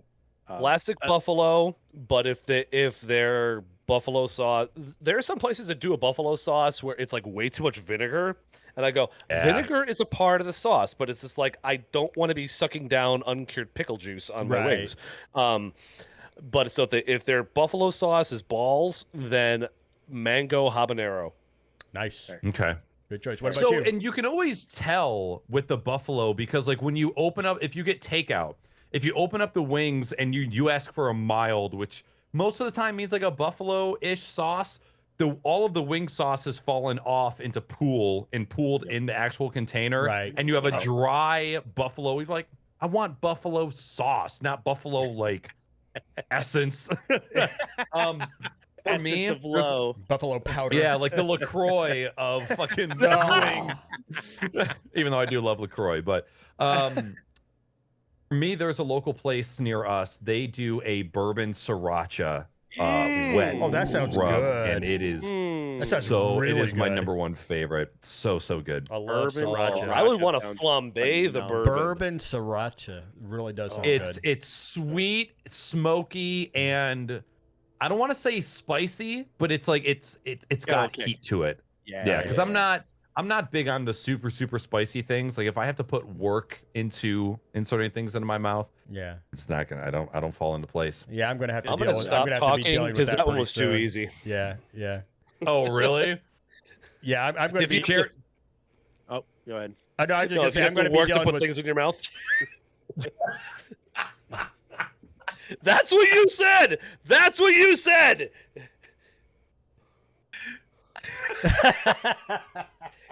Hold on. Do you see these? A charity. Do you see these rails? Do you see these rails? Here's the podcast. Derailed. Yep. Goodbye. I Goodbye. don't even know if we were on them. Yeah, are we still live? I think I clicked stop streaming about an hour. No, Yeah, we're still live. We just been talking to each other the whole time now. No, I actually, speaking of spicy food and, shameless plug, we just did a charity event, Chard and I, over the last weekend. And because of raising over $10,000, I'm going to be doing the Death Nut Challenge a week from yesterday. So and it's this Saturday. I don't know if you've heard of this, Naaackers. I have. You have. So, yeah. So I am praying. I'm not religious, but I'm praying anyway that my gastrointestinal tract will survive this, but we'll see how it goes. You are going to have a prolapsed anus. I am going to have bedtime. Prep up. Oh, no. Yeah. See, I have in this jar here. This is normally a salt shaker, but I have this is cayenne pepper powder. I put about a millimeter or two thick layer on my boiled eggs this morning just to try to prep. So I'm going to be doing a pepper montage all week. Dying all week. Yeah, I'm going to be on TikTok. just like there's some on the top here. Just TikTok. There you go. Oh my god. Oh my god. I'm all about doing whatever necessary for charity. I will never offer up eating spicy things for charity. The funny part is, you want to hear the funniest part about it is, I told my wife about this this morning. I said, well, I ordered these hot peppers because I did this for charity and all that. She's like, because my other incentive was to shave my head. And she's like, you should have just shaved your head. that's coming from my wife. She's like, why didn't you just shave your head? I'm like, well, yeah. I already because said the it's peanuts. too easy. Yeah, exactly. The last time Bud did charity, we made him nair one of his legs. Only one. Only one. Yeah. He did the whole thing. How did that go? It's all grown back. I'm back to being a Sasquatch man. Well, that was a year ago, dude. If it didn't grow back right now, you got some serious hormone problems. It was a year ago. Yeah, it was a year ago. Yeah. That's when my wife did my makeup for that stream. He looked like a freaking Jumanji or something. Not Jumanji, Jumbie. Jumbie, yeah. Yeah, oh my God. Doing all of my shit. Chardmonk's wife is a makeup and hair artist and turned Chardmonk into Kefka from Final Fantasy VI. I wish I had the picture. I could show you. Yeah, there's pictures. Yeah, I think I still have it. I have it somewhere. It was amazing. Yeah, it was great. It was great. I know Gal clipped it. Yeah. Torture me. Good fun. Yeah, let's double check, make sure if we don't have any viewer questions before we can move on to viewer questions. Actually, we got a couple of them. We can go ahead and run those. You want to read those, Paul, or I can, if you got them. Are you in the? Is it the on-air chat? Yeah, it's on air chat. Okay, so first priority question from Hasio. So for those of us wanting to and needing to upgrade their PCs, is it something that we should run a donation event for? Would it be better to try it as a group, or would that seem like it's a bit greedy or beggar-like? First and foremost, they're tips, not donations. Get the donation terminology. That is an important distinction. Yes. Yep. Is that for taxes and for the federal government? Yes. Yeah. Do you care to elaborate as to why that's an important distinction before we move on? Absolutely. You are not registered as a 5013C. You are not a charity. The donations that you receive are tips. They are taxable. It is income, and you have to report it as such.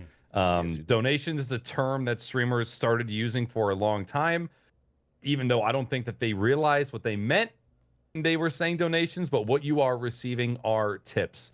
And very much belong to the IRS. Not all of it, but 70. They're cut. 30%. Yeah, 30. Yeah, they're cut of it. When it comes to tip goals, it is always better to try and incentivize them. And there's two different levels of using incentives for tip goals. One is an incentives that breeds content, right? Like, I'm going to eat a pepper, I'm going to shave my head, that kind of deal. The level 2 of incentives for tip goals are things that benefits the community. You can't do giveaways because if you are doing giveaways in exchange for tips, that is technically raffling or gambling, and that is illegal in the United States. You need a license in order to do that. Does anybody that's streaming on Twitch follow that? Not necessarily, but you want to be the one that they make an example of? You could be very screwed. But trying to do something like, if you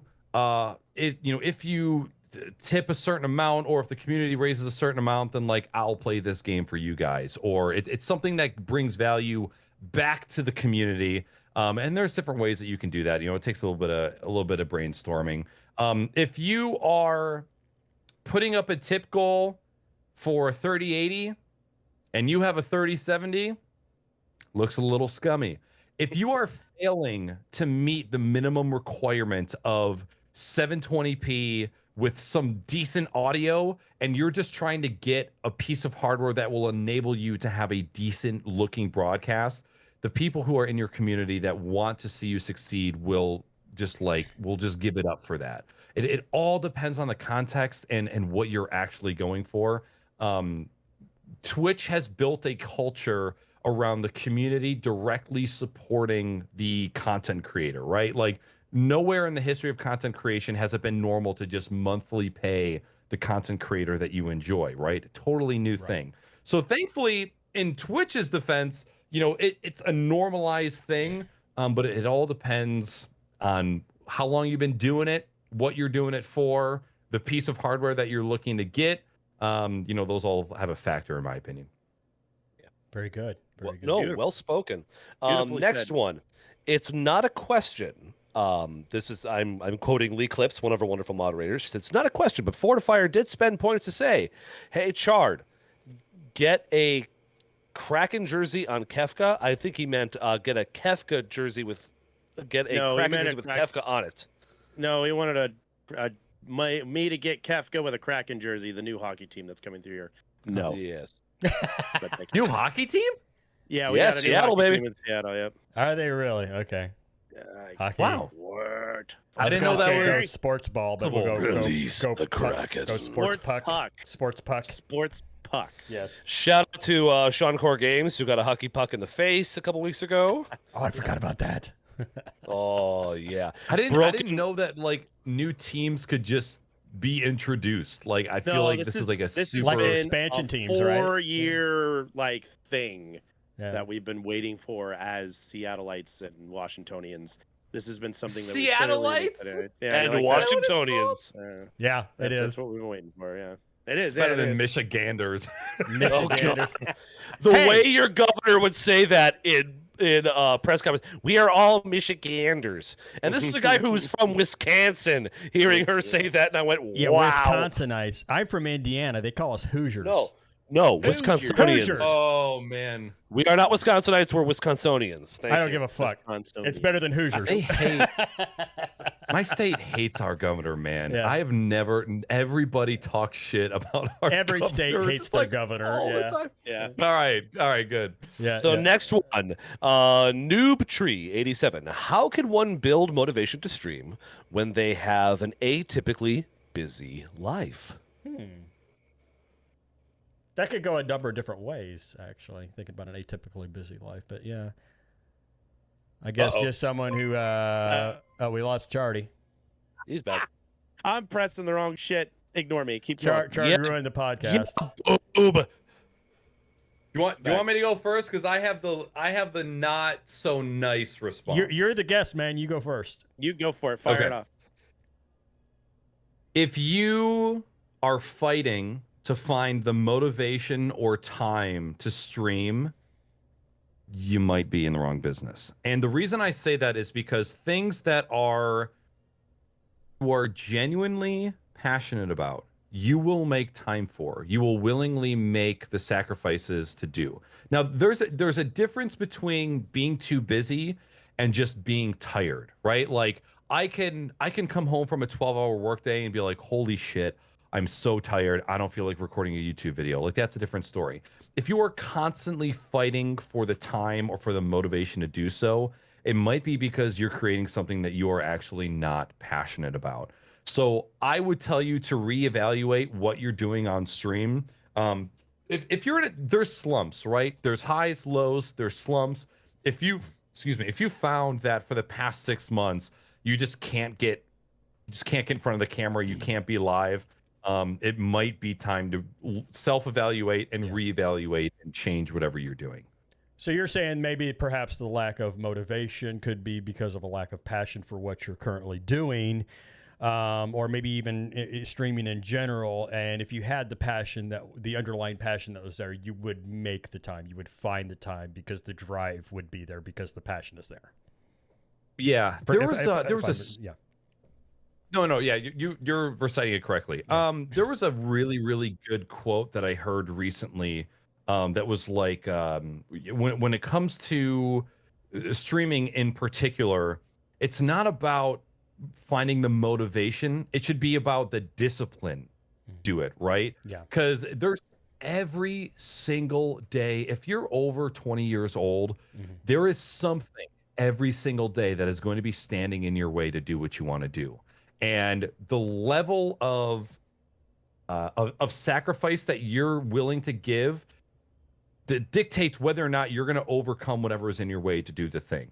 It's the same way of like people don't exercise, right? It's like it's either like Monday your boss sucks, Tuesday your wife was mean to you, Wednesday your kid got detention and you had to. There's always something that is going to be in the way. It's about having the discipline actually carry on and continue to do the thing. And again, doing what you're supposed to be doing really plays into that. And I'll try not to get too crazy detailed, but for the first 7 years of me streaming on Twitch, I played video games while actively admitting that I would never become famous playing video games. I wasn't that good. I also I love video games, but I'm not a video game nerd. Like I don't stay up and watch every waking moment of E3. Yeah. You know, I'm not always just gobbling up every bit of gaming news. Like I like FPSs on the PC, which is like a very, very niche market. So I was completely delusional the first 7 years of streaming and spent time, all of my effort into a content that I wasn't crazy about, but I did want to be a successful streamer. And that was my issue.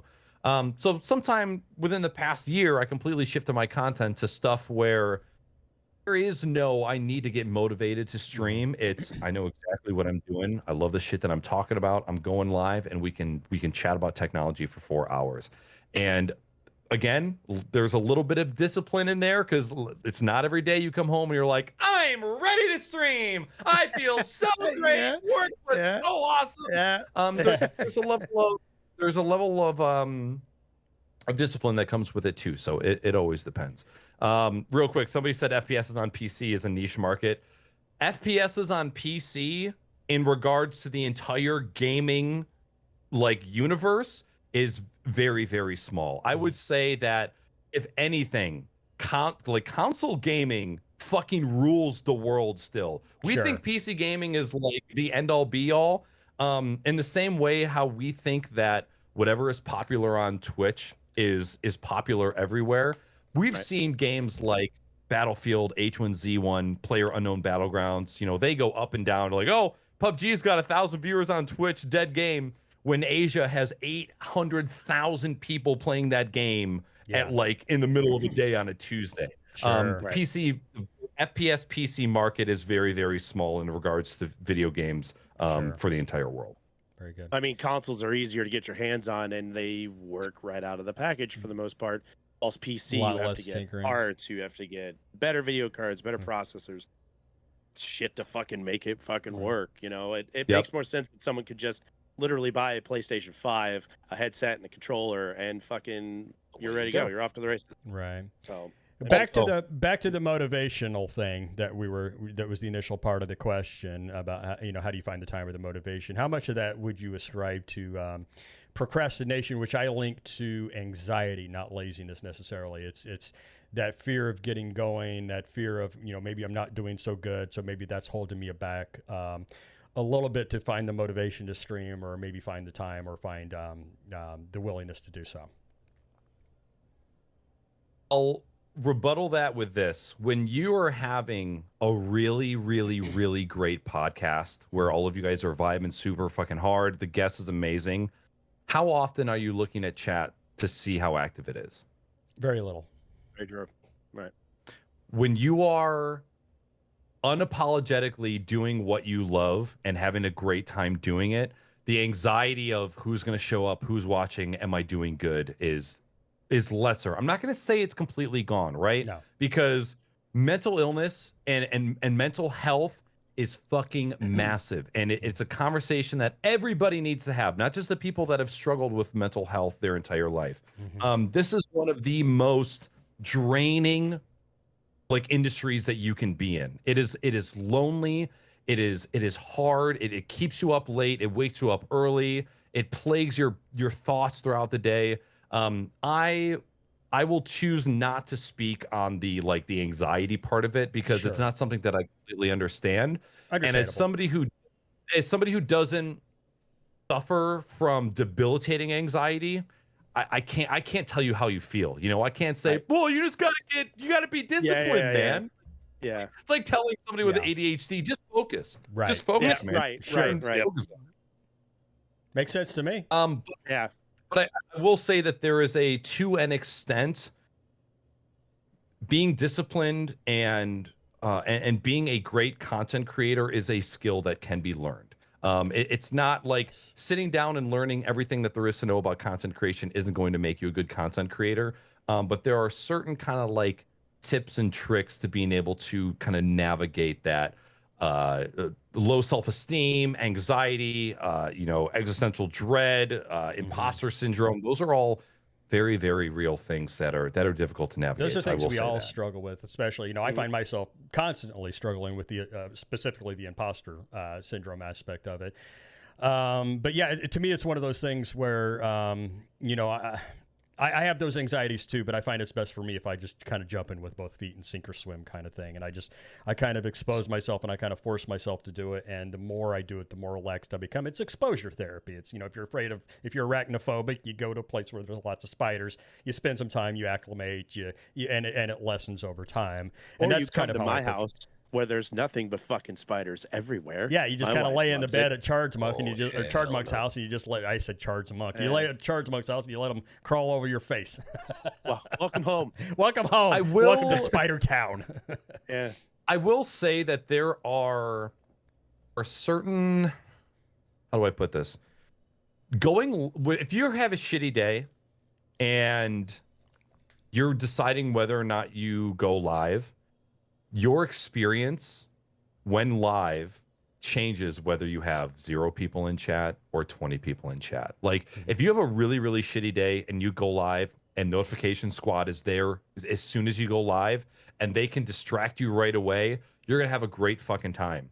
If you're a smaller content creator and you have a terrible fucking day and you go live and there's nobody there and you just spend the next hour having a terrible time in a game, you are going to have a terrible time. So there's a small aspect of that is based on the size of the community that you have. Oh, yeah, absolutely. There are many, many times where I have a terrible day and I go live and immediately forget all about it.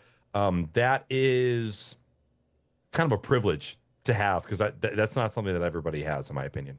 Yeah. Very good. And if I can piggyback on this is coming off of the weekend where Bud and Chard were part of an amazing fundraiser for the American Foundation for Suicide Prevention. As somebody who has unabashedly, sorry to get up on my soapbox a little bit, unabashedly talked about my own mental health. I deal with anxiety, depression, and post-traumatic stress disorder. We have been on hiatus from streaming this whole month. That Family Games has been dark. And we have had 99% amazing support, people saying like, hey, we know it's good, you're okay. And then we've had some people who are like, dude, pull yourself up by your bootstraps, figure your shit out. So when it comes to content creators who are talking about, as Noobtree87 was talking about, an atypically busy life, I want to try, even if it's just my own voice, to say there's a difference between busy and clouded. If your life has got a lot of stuff going on and it's like, I didn't have a shit day, it's I literally actually feel like shit. Yeah. Please, I want to try to give power to people who feel, oh, I've got to go live. There are people expecting something. If you feel like shit and you've had a bad run of things, and in your like deep heart and soul, you're like, I'm not okay, please don't feel the need to go live to satisfy anybody. Even if, I don't care if you have got 30,000 followers and you're a partner and you're used to having 500 live concurrent views, don't do it. Take care of yourself. And I'm also I'm going to pull that back to somebody who is just getting started. And this is arguably as the smallest streamer in this conversation right now, that the biggest thing is take care of yourself. And we always talk about that on Twitch, is please take care of yourself, because otherwise when the time comes that you would like to come back, you're not going to be healthy enough to do it if you haven't taken care of yourself. So to Noobtree, please make sure you're differentiating between busy is when you got shit to do, between that and I just can't bring myself to do it. I don't have the emotional energy to do this right now. I'm sorry if I'm going a little heavy, but I always want to try to push that, because there are a lot of people who have said, look, I just felt like I had to go live. You don't ever worth it. No. Yeah, you don't have to. No. Take your time, because in the end, the people who are following or subbing, they love you. And they're going to be there for you when you come back. So, sorry, my little mental health tangent there. I'm sorry if I went a little off. Tangent, dude. No. I'll follow that up the same way. I know Noobtree is a viewer of mine, and I really appreciate this guy. Again, like Paul said, I'm taking a break next weekend just because I'm tired. It has nothing to do with anything bad going on. Everything's great. It's hot as balls. That's the worst thing that's happening to me right now. But I need a break. I just need to take a short break, and I know that when I go live the following weekend, that my crew will show up, because we've cultivated that relationship with everybody. Right. If you're just starting out, you don't have one, it's fine. Go live when you can. Yeah. Don't push it. Right. Have fun with it. This is supposed to be fun. It is. A lot of people look at this as soon as they get fucking going, that this is now my business. This is now my job. I have to do that. And I'm guilty of that. Yeah. I'm guilty of 3:30. I got to go now. I got to stop what I'm doing and go now. That's me. That's just me trying to discipline myself. Like Naaackers said earlier, that's just my own disciplines trying to whatever. Nobody cares. Yeah. If you go live at 4:30 instead of 3:30, those same people are going to be like, hey, about time you showed up, and they'll give you shit. And then you go along. You have a good time and still forget about the day. And just, this is supposed to be, for me, and I'm not speaking for everybody, but for me, this is kind of my escapist from the rigors of life, from working a 10-hour shift in a 180-degree fucking factory, making metal look like something useful. This is me doing what I do. That's what I do. That's what I do, technically. Yeah. I always wanted to be in broadcasting. That was always my dream. It's what I went to college to do. I was a musician for several years. We talked about that. Everybody knows that. I want to be in the entertainment business in some form. This is the closest thing that I have to it, and I absolutely love it. So when I go live, that's me saying work, life, everything, go away. That's what I'm doing. If you don't have the time to do that, or you just don't feel like doing that, then don't. Yeah. Take your time. Get yourself right. Come back when you feel ready to go. And don't worry about a schedule. If you go on Tuesday, great. If you go on Thursday next, great. If you go next day, I want to do it again. Go Friday. Fucking do it. You don't have to worry about it. Yeah. Work on all that stuff later. Just do what makes you feel right. mental health is extremely important. The way you feel is extremely important. Don't give a shit about the fucking colored names talking to you on chat. Don't fucking worry about those guys. Don't worry about them. Worry about the person. Fuck you, chat. No. Fuck you, chat. No, look at the person. I told you to get out of here, chat. Fuck I want everybody to leave. We're done. But seriously, it's about you. It's not about me. It's not about Paul. It's not about Bud. It's not about Naaackers. It's about you sitting in that chair, pressing go live. If you feel up to it, fucking do it. If you don't. Come back later. Come back when you feel up to it. That's all you got to do. Well, you touched on something important. You said it's supposed to be fun, you know, and it is. And it is. But even in a job, you have vacations, right? You got to step back from things every now and then, which is why and I'm just now announcing this publicly. In August, I'm taking a month off completely. Do it. No streaming, no podcast. You lazy bitch. No nothing. No, I'm taking that off. And it's to hedge against the burnout. Man? Yeah, exactly. You're banned. You're banned. You're banned. No. But no, I'm taking a month off, but not just because, you know, I'm burned out, but it's to prevent the burnout, but not just because of that, but, you know, it gives me a chance to regroup. It allows me a chance to focus on the back end of my content a little bit and just kind of plan and make a better product coming back. And I think it's important to step back every now and then just to have just to gain that perspective. Right. Yeah. Absolutely. And I want to elaborate just a little bit because I don't want to make the person who asked the question feel like they shouldn't be streaming, right? There's no way that I can know what your situation is, right? And I like that they made the distinction between being cloudy and being busy. I am somebody who I don't have a family. Like, I obviously have my girlfriend. I don't have any kids. Have any sick family that need care. I have like 2 or 3 family, or 1, 2, 3, 4. I know who my immediate family is. 4 immediate family members that live in my area that I see every once in a while. I have very little outside obligations other than my job. A lot of that is by choice. I don't watch TV. I don't watch TV shows. I don't go to shows. I don't go to the bar. I don't go to the movies. I don't do extracurricular things. I make all of those sacrifices so that I do have time to do the stream related things. So what you might have to do in that evaluation of self, realize, okay, I don't have time, but how much Netflix did I watch this week? How many movies did I watch? How many video games did I play? There's so many other factors, and I'm sorry that I came off super hard, but there's a lot of times where I have these conversations where people say like, man, I can't find the motivation to stream, and I don't know what I'm doing wrong.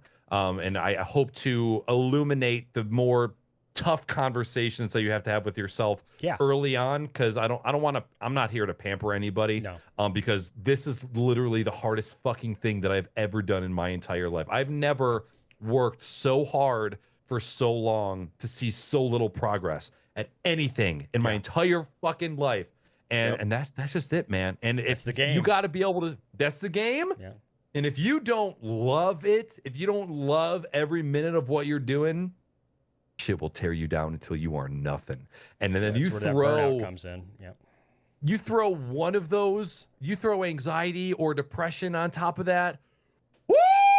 It's a long, hard road. It is really, really tough. And I speak to, I feel people's struggles so hard because I just have little issues with either I haven't gotten properly looked at yet, but I either have little dances with anxiety or ADHD, one of the two, and that shit can tear you down. And this is already an industry that eats away at all of the good things about being a human. Like there are so many cons to this shit that we do, but there's also a lot of pros to it too. So and I think you were totally on point with what you were saying. I think that was conveyed beautifully. So I appreciate you trying to reframe, but I think you were totally on target. Yeah. So we do have one more question from Phoenix Delete. Naaackers, that is a very interesting shirt. What is on it?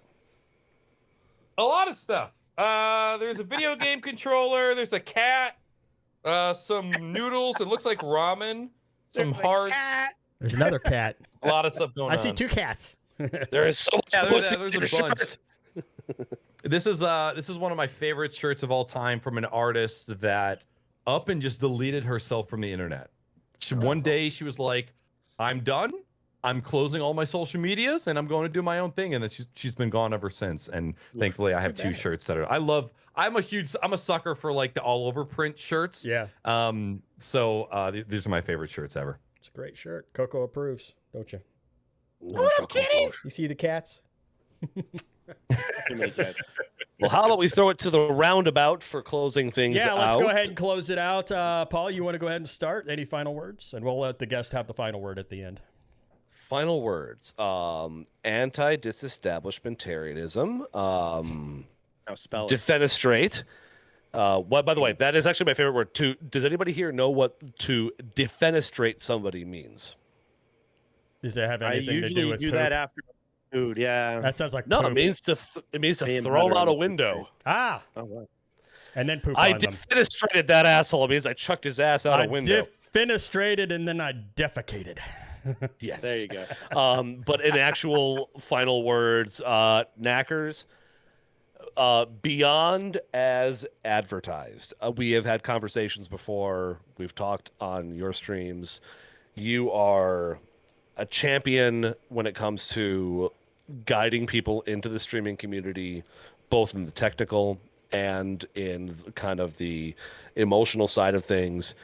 You're a really good dude, and I appreciate you taking the time to come and talk with us today, because this was freaking fantastic, as evidenced by the fact that we have been on for over 2 hours and 15 minutes. This is the longest podcast. This is our longest podcast. Yeah. Is it really? Yeah. It is.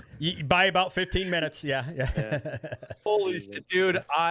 When I get on a podcast, man, it's fucking go time from the get go. I love it. Yeah, it's been a great one too. Yeah, absolutely. But seriously, awesome.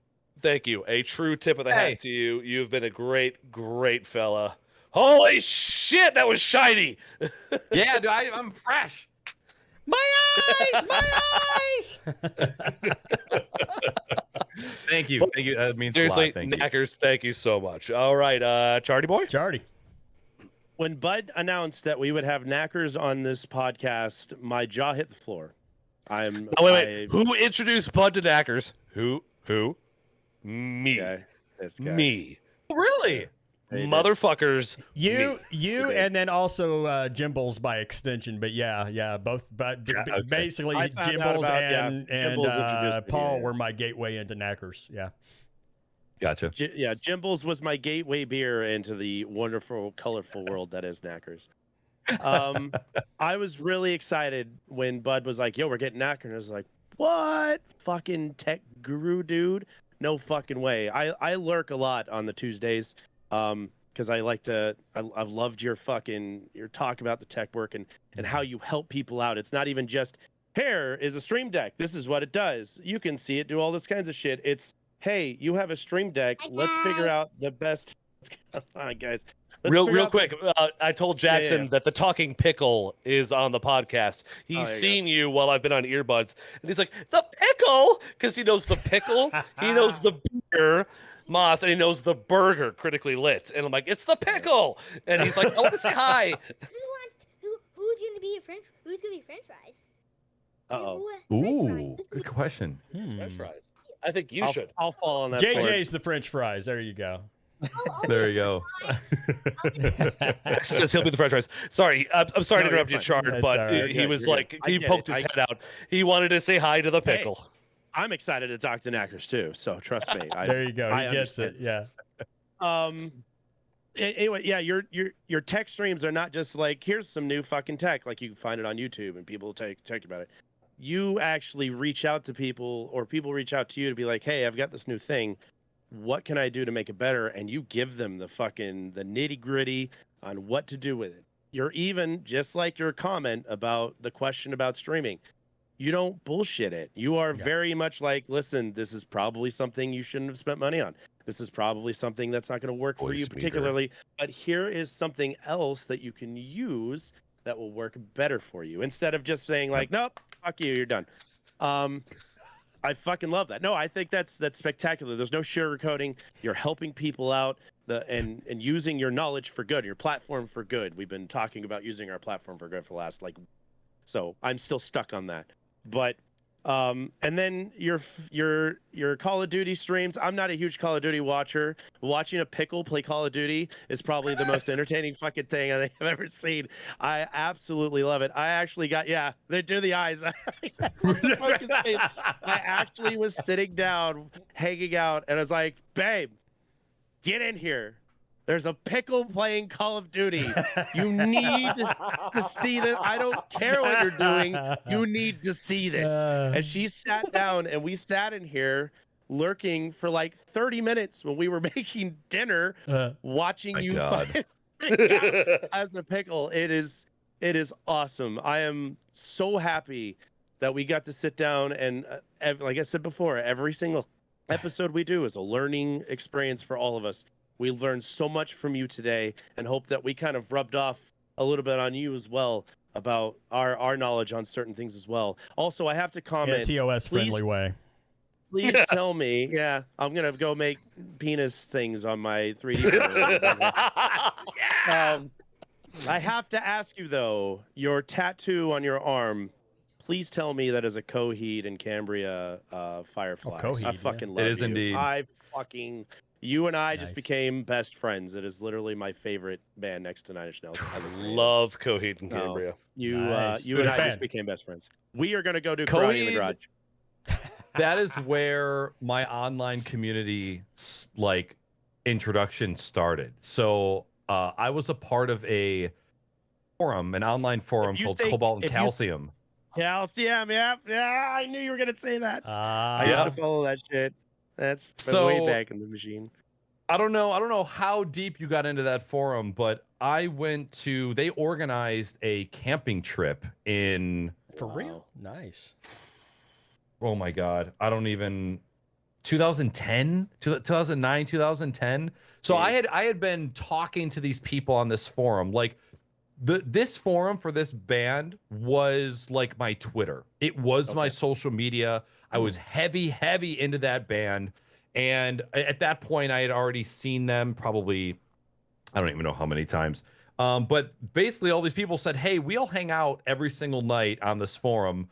This is before Discord. So forums were how you communicated. I remember forums. And so a minivan in New York started. We all put money forth to get a minivan. It drove from New York, picked up somebody in New Jersey, drove down, picked up me and my girlfriend at the time, and then we drove to Chicago, and then we drove all the way to Montana to camp there for 7 days. All these people that I had never met in real life before.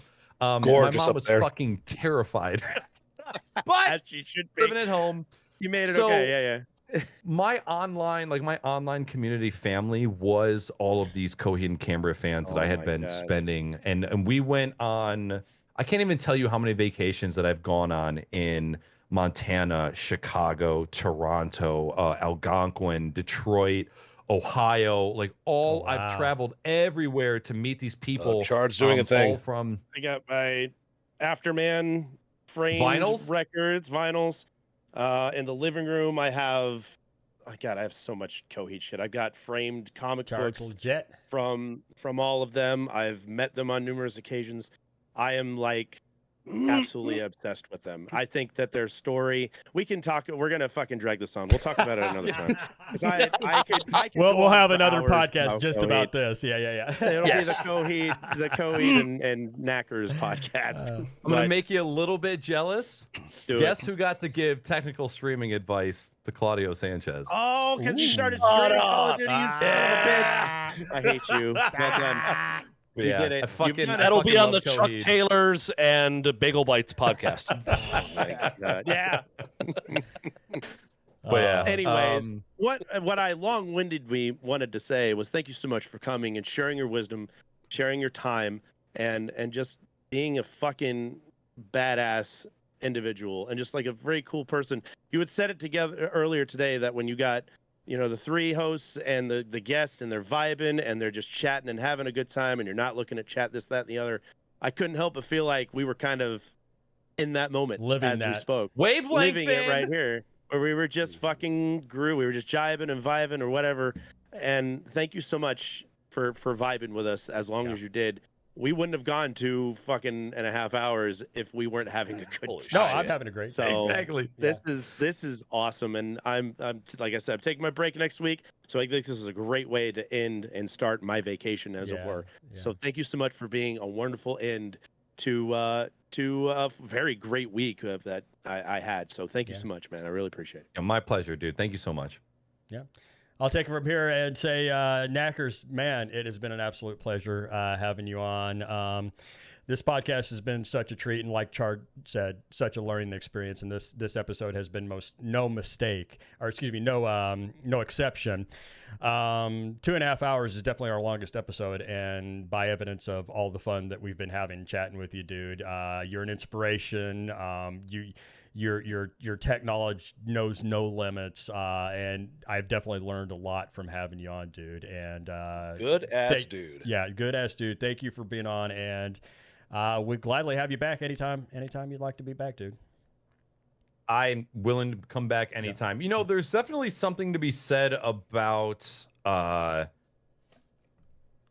being able to sit down with your peers, right? Because, you know, like every other week, I choose to sit down with the people that I've chosen, right? Like the podcast that I do is the people that I've chosen beyond. And to be able to sit down with other people that are still content creators, still people that are in the streaming space, but that are in different little pockets of the streaming area. Mm-hmm. And the opportunity to sit down and chat with people that are in those different little pockets, they're extremely, extremely valuable. And it's why I'm always down to do these types of things, because you never know what type of conversation is gonna come up. You don't know what people's backgrounds are, the ties that you have. You know, like we didn't even get to talking a lot about. You know, we're on a video game streaming website. We barely talked about video games, I know. which is amazing because there's so many different things. But like, we don't even know the video games that we all grew up with. Who was a Sega guy? Who was a Nintendo guy? And it just goes to show like how much room for really good conversation there is when you give it the chance. Then obviously there's a type of person that can drive podcasts, right? Like you guys are all natural at kind of steering and generating conversation. But there's so much value to be had, and it might not be fucking Joe Rogan, like, the dude that we're having on the podcast is like a 7-time like world record cave diver who's got these insane stories of how many times he's almost died. But they're such good content, in my opinion. And I love being a part of it. So even though, I do my own podcast, like it's always such an amazing honor to be asked to be on somebody else's podcast. I'm always fucking about it. So thank you guys for thinking of me and spending the last 10 minutes blowing up my ego. I'm going to carry that for another week or so. You do it, man. He has gone perma boner. He's just goes beyond 4 hours. That pickle is saying stiff boners all week. Dude, we've come full circle. It's time to 3D print some fucking penises. It's time for that. It's time for that chia dick. I didn't honestly. I looked at the clock once accidentally because I was looking at my notepad file where I was writing down things that I wanted to talk about. Yeah. And other than that, man, that tells me that I have a great time. So thank you for having me on, and I'm down to come back whenever you guys need me. Dude, thank you once again. And absolutely, I agree 100%. That's a measure of a good podcast. If you lose track of the time, that's an excellent podcast. Guys, thank you so much. Naaackers, once again, thank you for being on the podcast. Chard, Paul, thank you for being here. Everybody at home, thank you for watching episode 17 of the BCTV podcast. We're out this week, but we'll be back next. Actually, we won't be back next week. We'll be back in 2 weeks. And I will announce the guest very soon in Discord. Until then, everybody take care now. Love y'all. Thanks for hanging out, and we'll see you again real soon. Ta-ta.